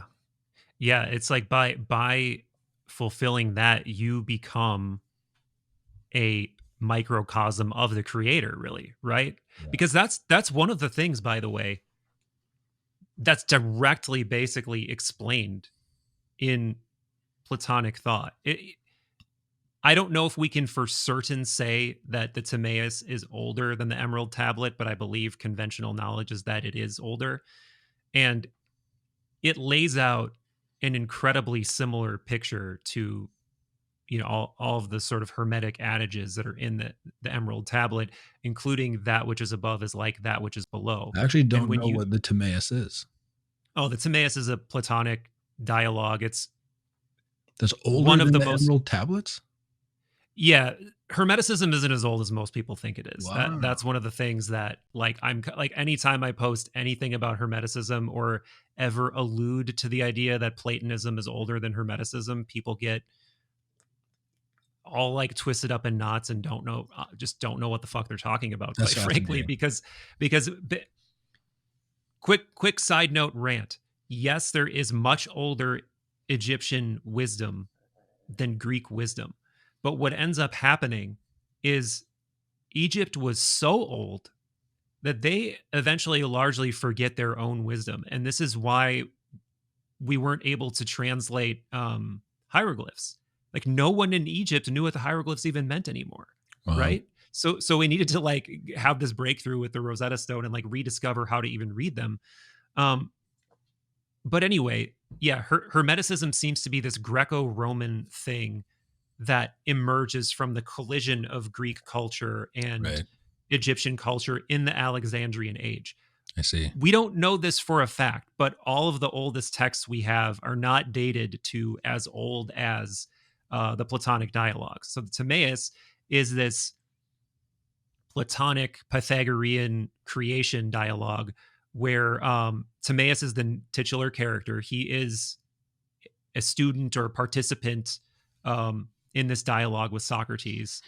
And he's explaining essentially the whole picture of how the cosmos came to be. Wow. And he explains this whole relationship. So imagine the Genesis story, but it's drenched in like number mysticism, geometry mysticism. It's mind-blowing. It's hard to read. It's hard to wrap your mind around like what he's explaining when he's explaining things. But then you start to realize that it all has to do with like Pythagorean number mysticism and harmony and ratios and stuff like that. But one of the things that he talks about is that the reason the cosmos works essentially is that it's mirroring the forms. So the demiurge comes into the picture, the craftsman comes into the picture, and he creates using the template of the forms that already existed. So the one, the forms, the noetic realm, this stuff already exists. Then the demiurge who wants to create comes into the picture, and he has like full unfettered access to the noetic realm and the forms and mathematical laws and all this stuff. And he makes a physical world that reflects all of these things. But the physical world has some problems because of like It's the realm of time, the realm of becoming, all these different things, which basically entail that everything is going to die and it has like Yeah. a shorter shelf life. However, you can infer from this that to the extent that we are able to grok what the demiurge has done and all of the wisdom that's been embedded into reality, the extent to which we can reflect that process ourselves in our own unique way makes us like the creator. I see. So you could see each individual fate or acorn or whatever as almost like a shard of this thing that's already perfected on some level. Yeah. But we don't exist in the realm where it is perfected, but we can sort of contribute to its perfection being reflected here in a however lesser way. So yeah, that was a very long-winded way of saying that I think you could look at individuation, and I was talked about this with this guy, Timothy Owen Desmond, who I had this really mind-blowing mind meld with a couple weeks ago. His book is called Psyche and Singularity, I think. But yeah, it's all based on a combination of Platonism, Jung, and holographic string theory. It's pretty, it's mind-blowing shit. You'd probably like it a lot. But I think that's kind of what he's proposing, and I think that's also what Plato and Jung were proposing, is that there is this, yes, there's individual individuation, but you don't even understand how important your own individuation is to the macro process and what you're actually contributing to and mirroring if you're able to do something even close to what Jung was able to do in his life in your own unique way. Yeah, and I think the scary call is that each of us has that call. Yeah. Yeah. And I think with some people, the call has matured more or less. For sure. It's like some people are like deaf to the call. And I mean, let's be honest, most people are pretty fucking deaf to the call, and they just stay on their little raft or their little ship analogy that you were using earlier. But if you're questioning what's in those deep waters, man, if you're questioning how to get on that water dragon you were talking about, that it's already planted there. That call inside of you has been planted. If you find yourself thinking about that at night, if you find yourself sitting at your desk, just being like, I think there's more than this. 100%. And it's like, it's calling you. Yeah. I think to the capacity that anyone is psychologically ill is actually, now, of course, there are a category of psychological illnesses that are completely due to biological injury, but most of them aren't. And to the degree that there is psychological illness happening in you or in people around you, I think is actually a testament to, you could claim deafness, but if you're ill, it's actually a reflection that it's not deafness, it's a refusal. It's truly not that you don't hear, it's that there's an active refusing. But just to get through the rest of the darkness, like actual experience real quick, and we can tendril off, is so on the last day, on day 5, that's when I got the big download about this myth that I'm going to work on. On day 6, nothing big came through. It was a quite chill day. Scott comes and brings me dinner. I'm going to come out in the morning.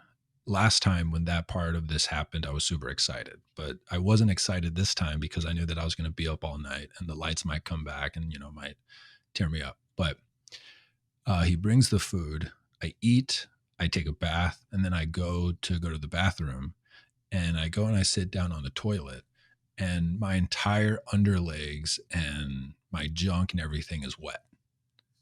Like I sit down and it's all covered in water, and my brain instantly is like, oh fuck, the toilet is clogged.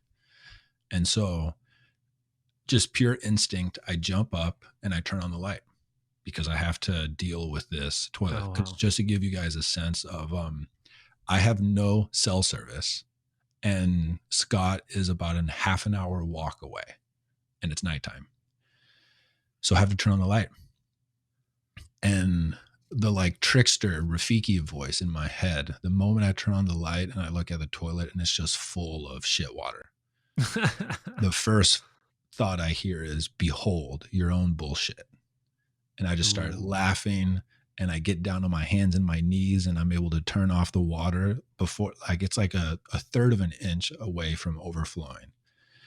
So I turn off the water, and I'm just like, God. And so I turn off the light, and turning on the light was super disorienting. It was blinding and kind of like mushroomy. Like, it's almost as if your brain has to take time to download the computation to compute depth. Yeah. And there wasn't any depth. It was just like a 2D image that was all kind of like fractally and weird. It was just a huge throne of my own shit.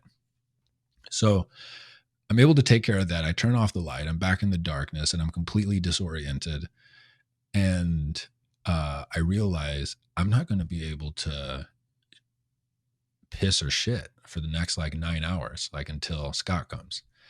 And the food they give you there has a lot of fiber. So I was shitting way more than I used to. So that whole last night was me worrying about whether or not I would have to shit, because my tummy was like, blah, blah, blah. So the whole last night was just not, it didn't feel like I had spiritual closure. It kind of felt like there was this rupture in my experience. Scott comes, I tell him about the toilet being clogged. He's like, oh no. And he's like, I'll fix it after I bring you out. He brings me out. And the way they bring you out is they have a blindfold in the darkness on top of the cabinet where they give you food. Put on the blindfold. He leads me out, and I take off the blindfold, and it's, I felt self-conscious because I basically had the exact same reaction this time as I did the first time I came out of the darkness. And it's just me screaming, oh my God, it's so bright. Wow. Mm-hmm. But that's the truth. And then I went and I saw Caitlin, and it was just the best thing ever to go over to her little hut room. And I just hung out with her all day, and we're going to leave the next day in the morning. So I had to go spend one more night in my room. So I go back to my room. It's nighttime. I turn off all the lights, and I eventually fall asleep. It takes a while, but I do. And then in the middle of the night, something like pulls me out of my sleep, like this animal response. It's almost like I could hear that something was happening, and something pulls me out of my sleep, and I hear the outermost front door like slowly start to open. Like it sounded like a person was trying to be conscientious and not be too loud. And because Scott would come in the morning every day, I thought maybe it's the morning, but there's no way. So I go and I check my phone, because I have my phone now. I had gotten out of the darkness. It was 2:30 a.m. And I was like, what? And then I hear someone like walk up to the chimney and start to like mess around with the wood.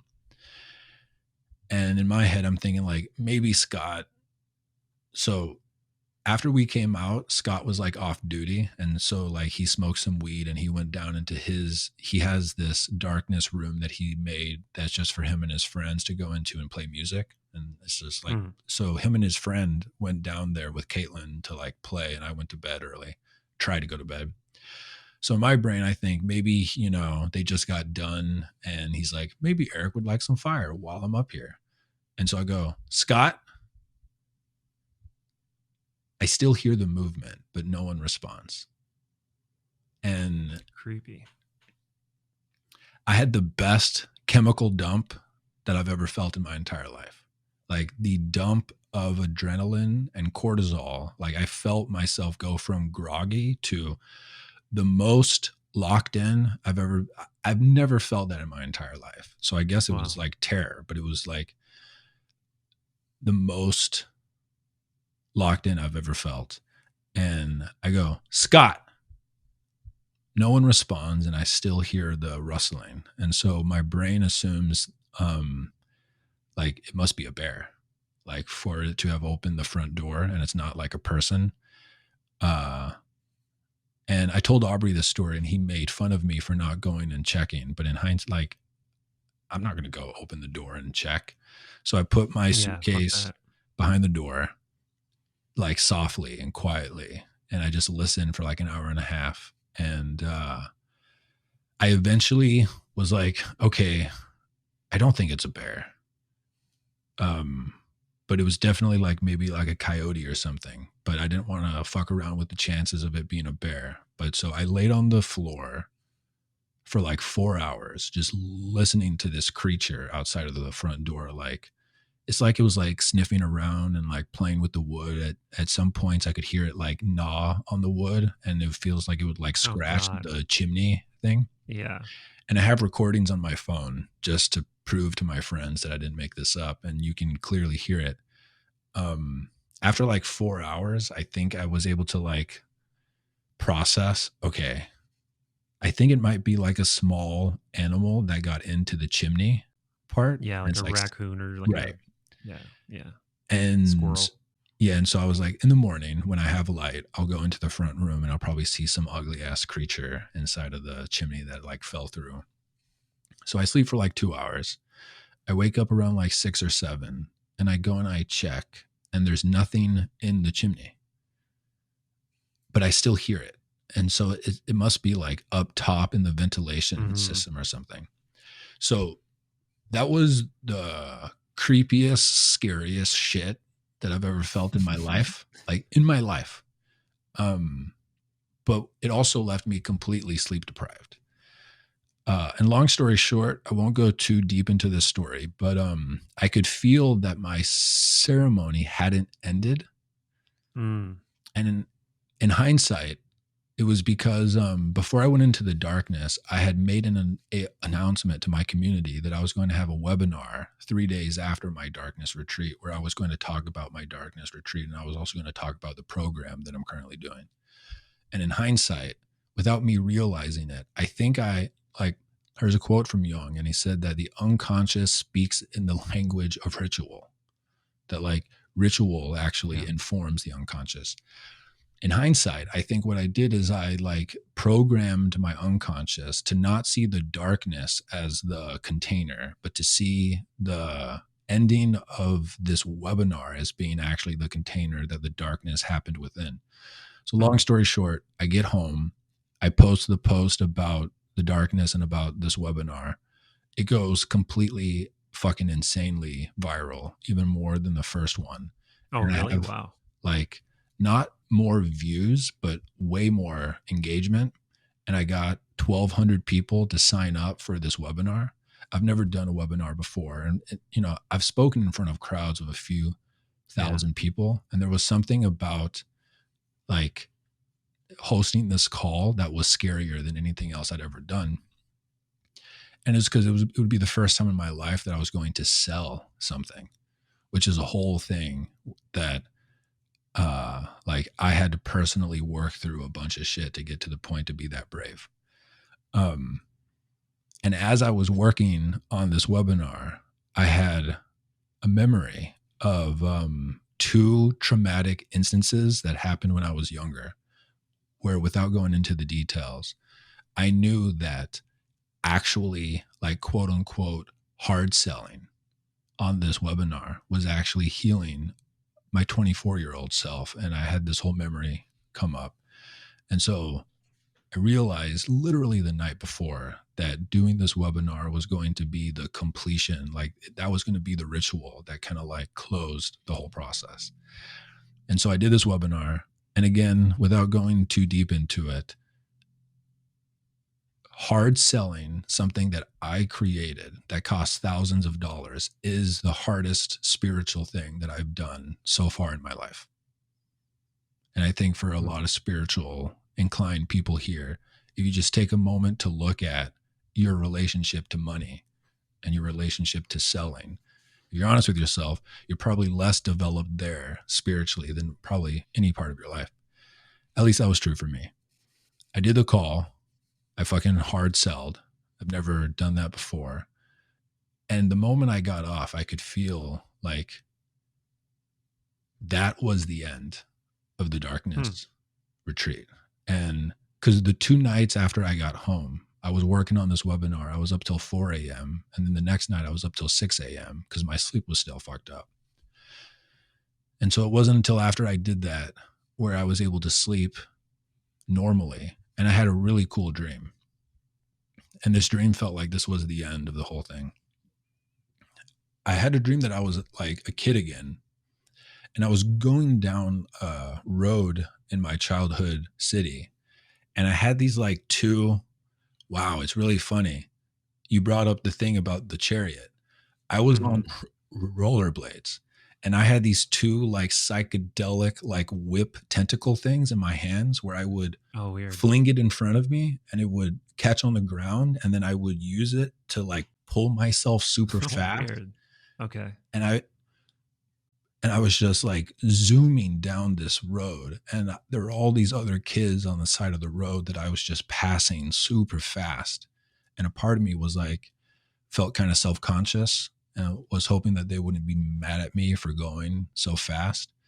But they seemed to be okay. Like I didn't feel anything from the dream from them. And the whole time I was humming the Kanye West version of the Daft Punk song, Harder, Better, Faster, Stronger. Oh, yeah. Yeah. And I woke up from that dream just feeling like, whoa. And that felt like the completion of the whole thing. That's a beautiful, yeah. I mean, I think if you have that subjective sense of completion like that, you've done the thing. You've closed the loop. I think if you're the same thing with dream interpretations, that if you do dream interpretations enough, you know what that click feels like. I've done initiatory experiences enough to know what that feels like. And I could feel that after I got out of the darkness, it hadn't happened. And I felt it after the call. Yeah. And I think, first of all, I think the idea of people having all of this issue around selling stuff, I don't think the issue is selling stuff. I think it's what you're selling. And if you have like full confidence and full self-belief in what you're doing as just, and you think what you're selling is worth whatever you're charging in your heart of hearts, then I think there's no ick there at all. So but I what think I would push lot back of people, on, just real quick, what I would push back on is the people that I know who are like deeply spiritual, who are like the type of people like you and me, who have done good work, who have something that they truly believe in. They have so much self-judgment about selling. Yeah. Dude, I know dozens of people who if they sold half, if they sold 1/20th as effective as all the people that we hate, they would help thousands of people genuinely heal or transform something about their life. And all of them just struggle because they have this story about the ick, even though what they are selling is completely clean. Right. Yeah. And I think that that's one of those things where only you as the person know in your heart of hearts, like whatever you're selling, whatever you're doing. This could apply to so many different things, so I won't try to generalize it. But I want to go back to the ritual thing, because that's one of those things that, because we're so illiterate in this language, people might not be sure what that means, how to do it. And first I would point people toward Inner Work by Robert Johnson, or the video I just did on dream work, because there's a whole section of what he means by ritual. And yes, sometimes it can be esoteric, but your example fits with this perfectly, because a lot of times it's clear what the ritual should be. And it can vary widely depending what the experience was or what the dream image was. But, one of the examples, like in terms of something straightforward, if you had a dream and you go through the analysis and you feel like it's pointing to some kind of unhealed thing due to a fight you had with someone, well, guess what, dummy? The ritual is to go make up with that person, or at least do your best to sort of push your cards on the table, admit what you did wrong, and then let the chips fall where they may. Yeah. Like that's a ritual. Sometimes if you don't know what to do, you can just do anything and decide, I'm doing this for the sake of this. Yep. I'm going on this walk. I'm doing this meditation. I'm lighting this candle. I'm drawing this picture, I'm doing this thing. And again, I think you have to get beyond the ego type of knowing or the empirical type of reasoning that wants to understand a logical connection between, well, there's no way leaving a glass of water on my front doorstep can achieve this thing. Yeah. But it's like what we were talking about before, where by doing something in the physical world, you're planting some kind of seed from somewhere else. And in doing that, you don't need to understand fully what its effect is. Yeah. And that's so difficult for the Western mind to accept. Like, no, this is just not like, I mean, there's even part of me saying this, like, what, leave a glass of water on the doorstep? That's nonsense. But it's a different kind of being. And if you look at, you still go into a lot of restaurants run by Asian families, for instance. You'll notice there's like a little altar where there's sometimes some salt or sometimes an orange or sometimes whatever. And to us, it's like, we probably don't even look at it most of the time. We probably don't even notice it.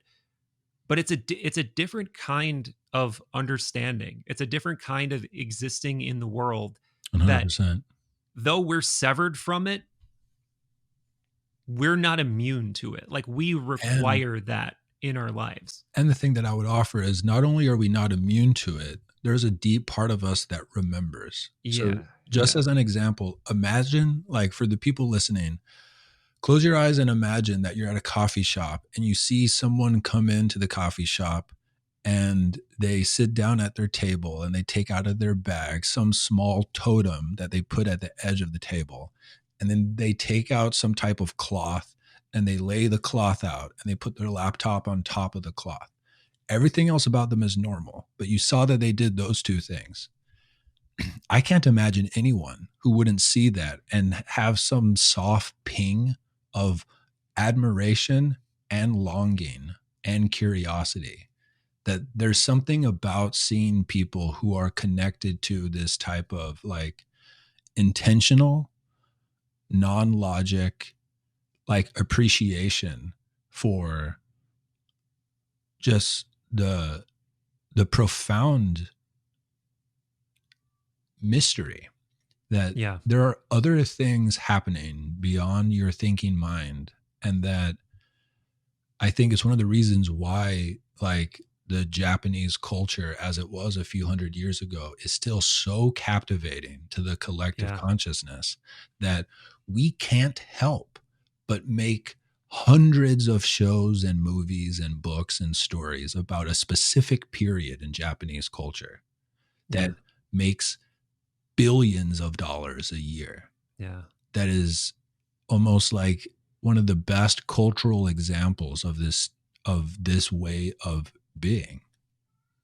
Yeah, brother. I don't think there's a better example of that way of being that we can extrude from our two psyches. Right? And we've already been especially going you and 2 hours and 20 minutes anyway. So why don't we wrap this one up, man? Do you want to point people toward the thing that you're doing, or is that sold out, done? Yeah. So what's surprising still, even to me, is it's sold out after that call. But so if you want to, I'm basically teaching my life's work as like a game / like college class for the next 2 years. The spring trimester is sold out, but I'll be doing it probably 5 more times over the next 2 years. So if you go to fitforservice.com, you can go check out my thing there. But to be frank, it's so funny. The person that we have who's in charge of marketing at our company is like a legit, top tier person who gets paid ridiculous amounts of money to do blah, blah, blah. But the advice from people like that, when you talk about what you're doing, he says, put your flowers on the inside. So if you actually go look at the copy for the curriculum I'm teaching, it's not interesting to me, but it's the way that we're supposed to talk about it. But on my webinar, the way that I described it to my friend is, I didn't only not hide the flowers, I brought people into my fucking garden. Like it's just me being mythopoetically me. But yeah, so fiverservice.com. And as always, everything else is free.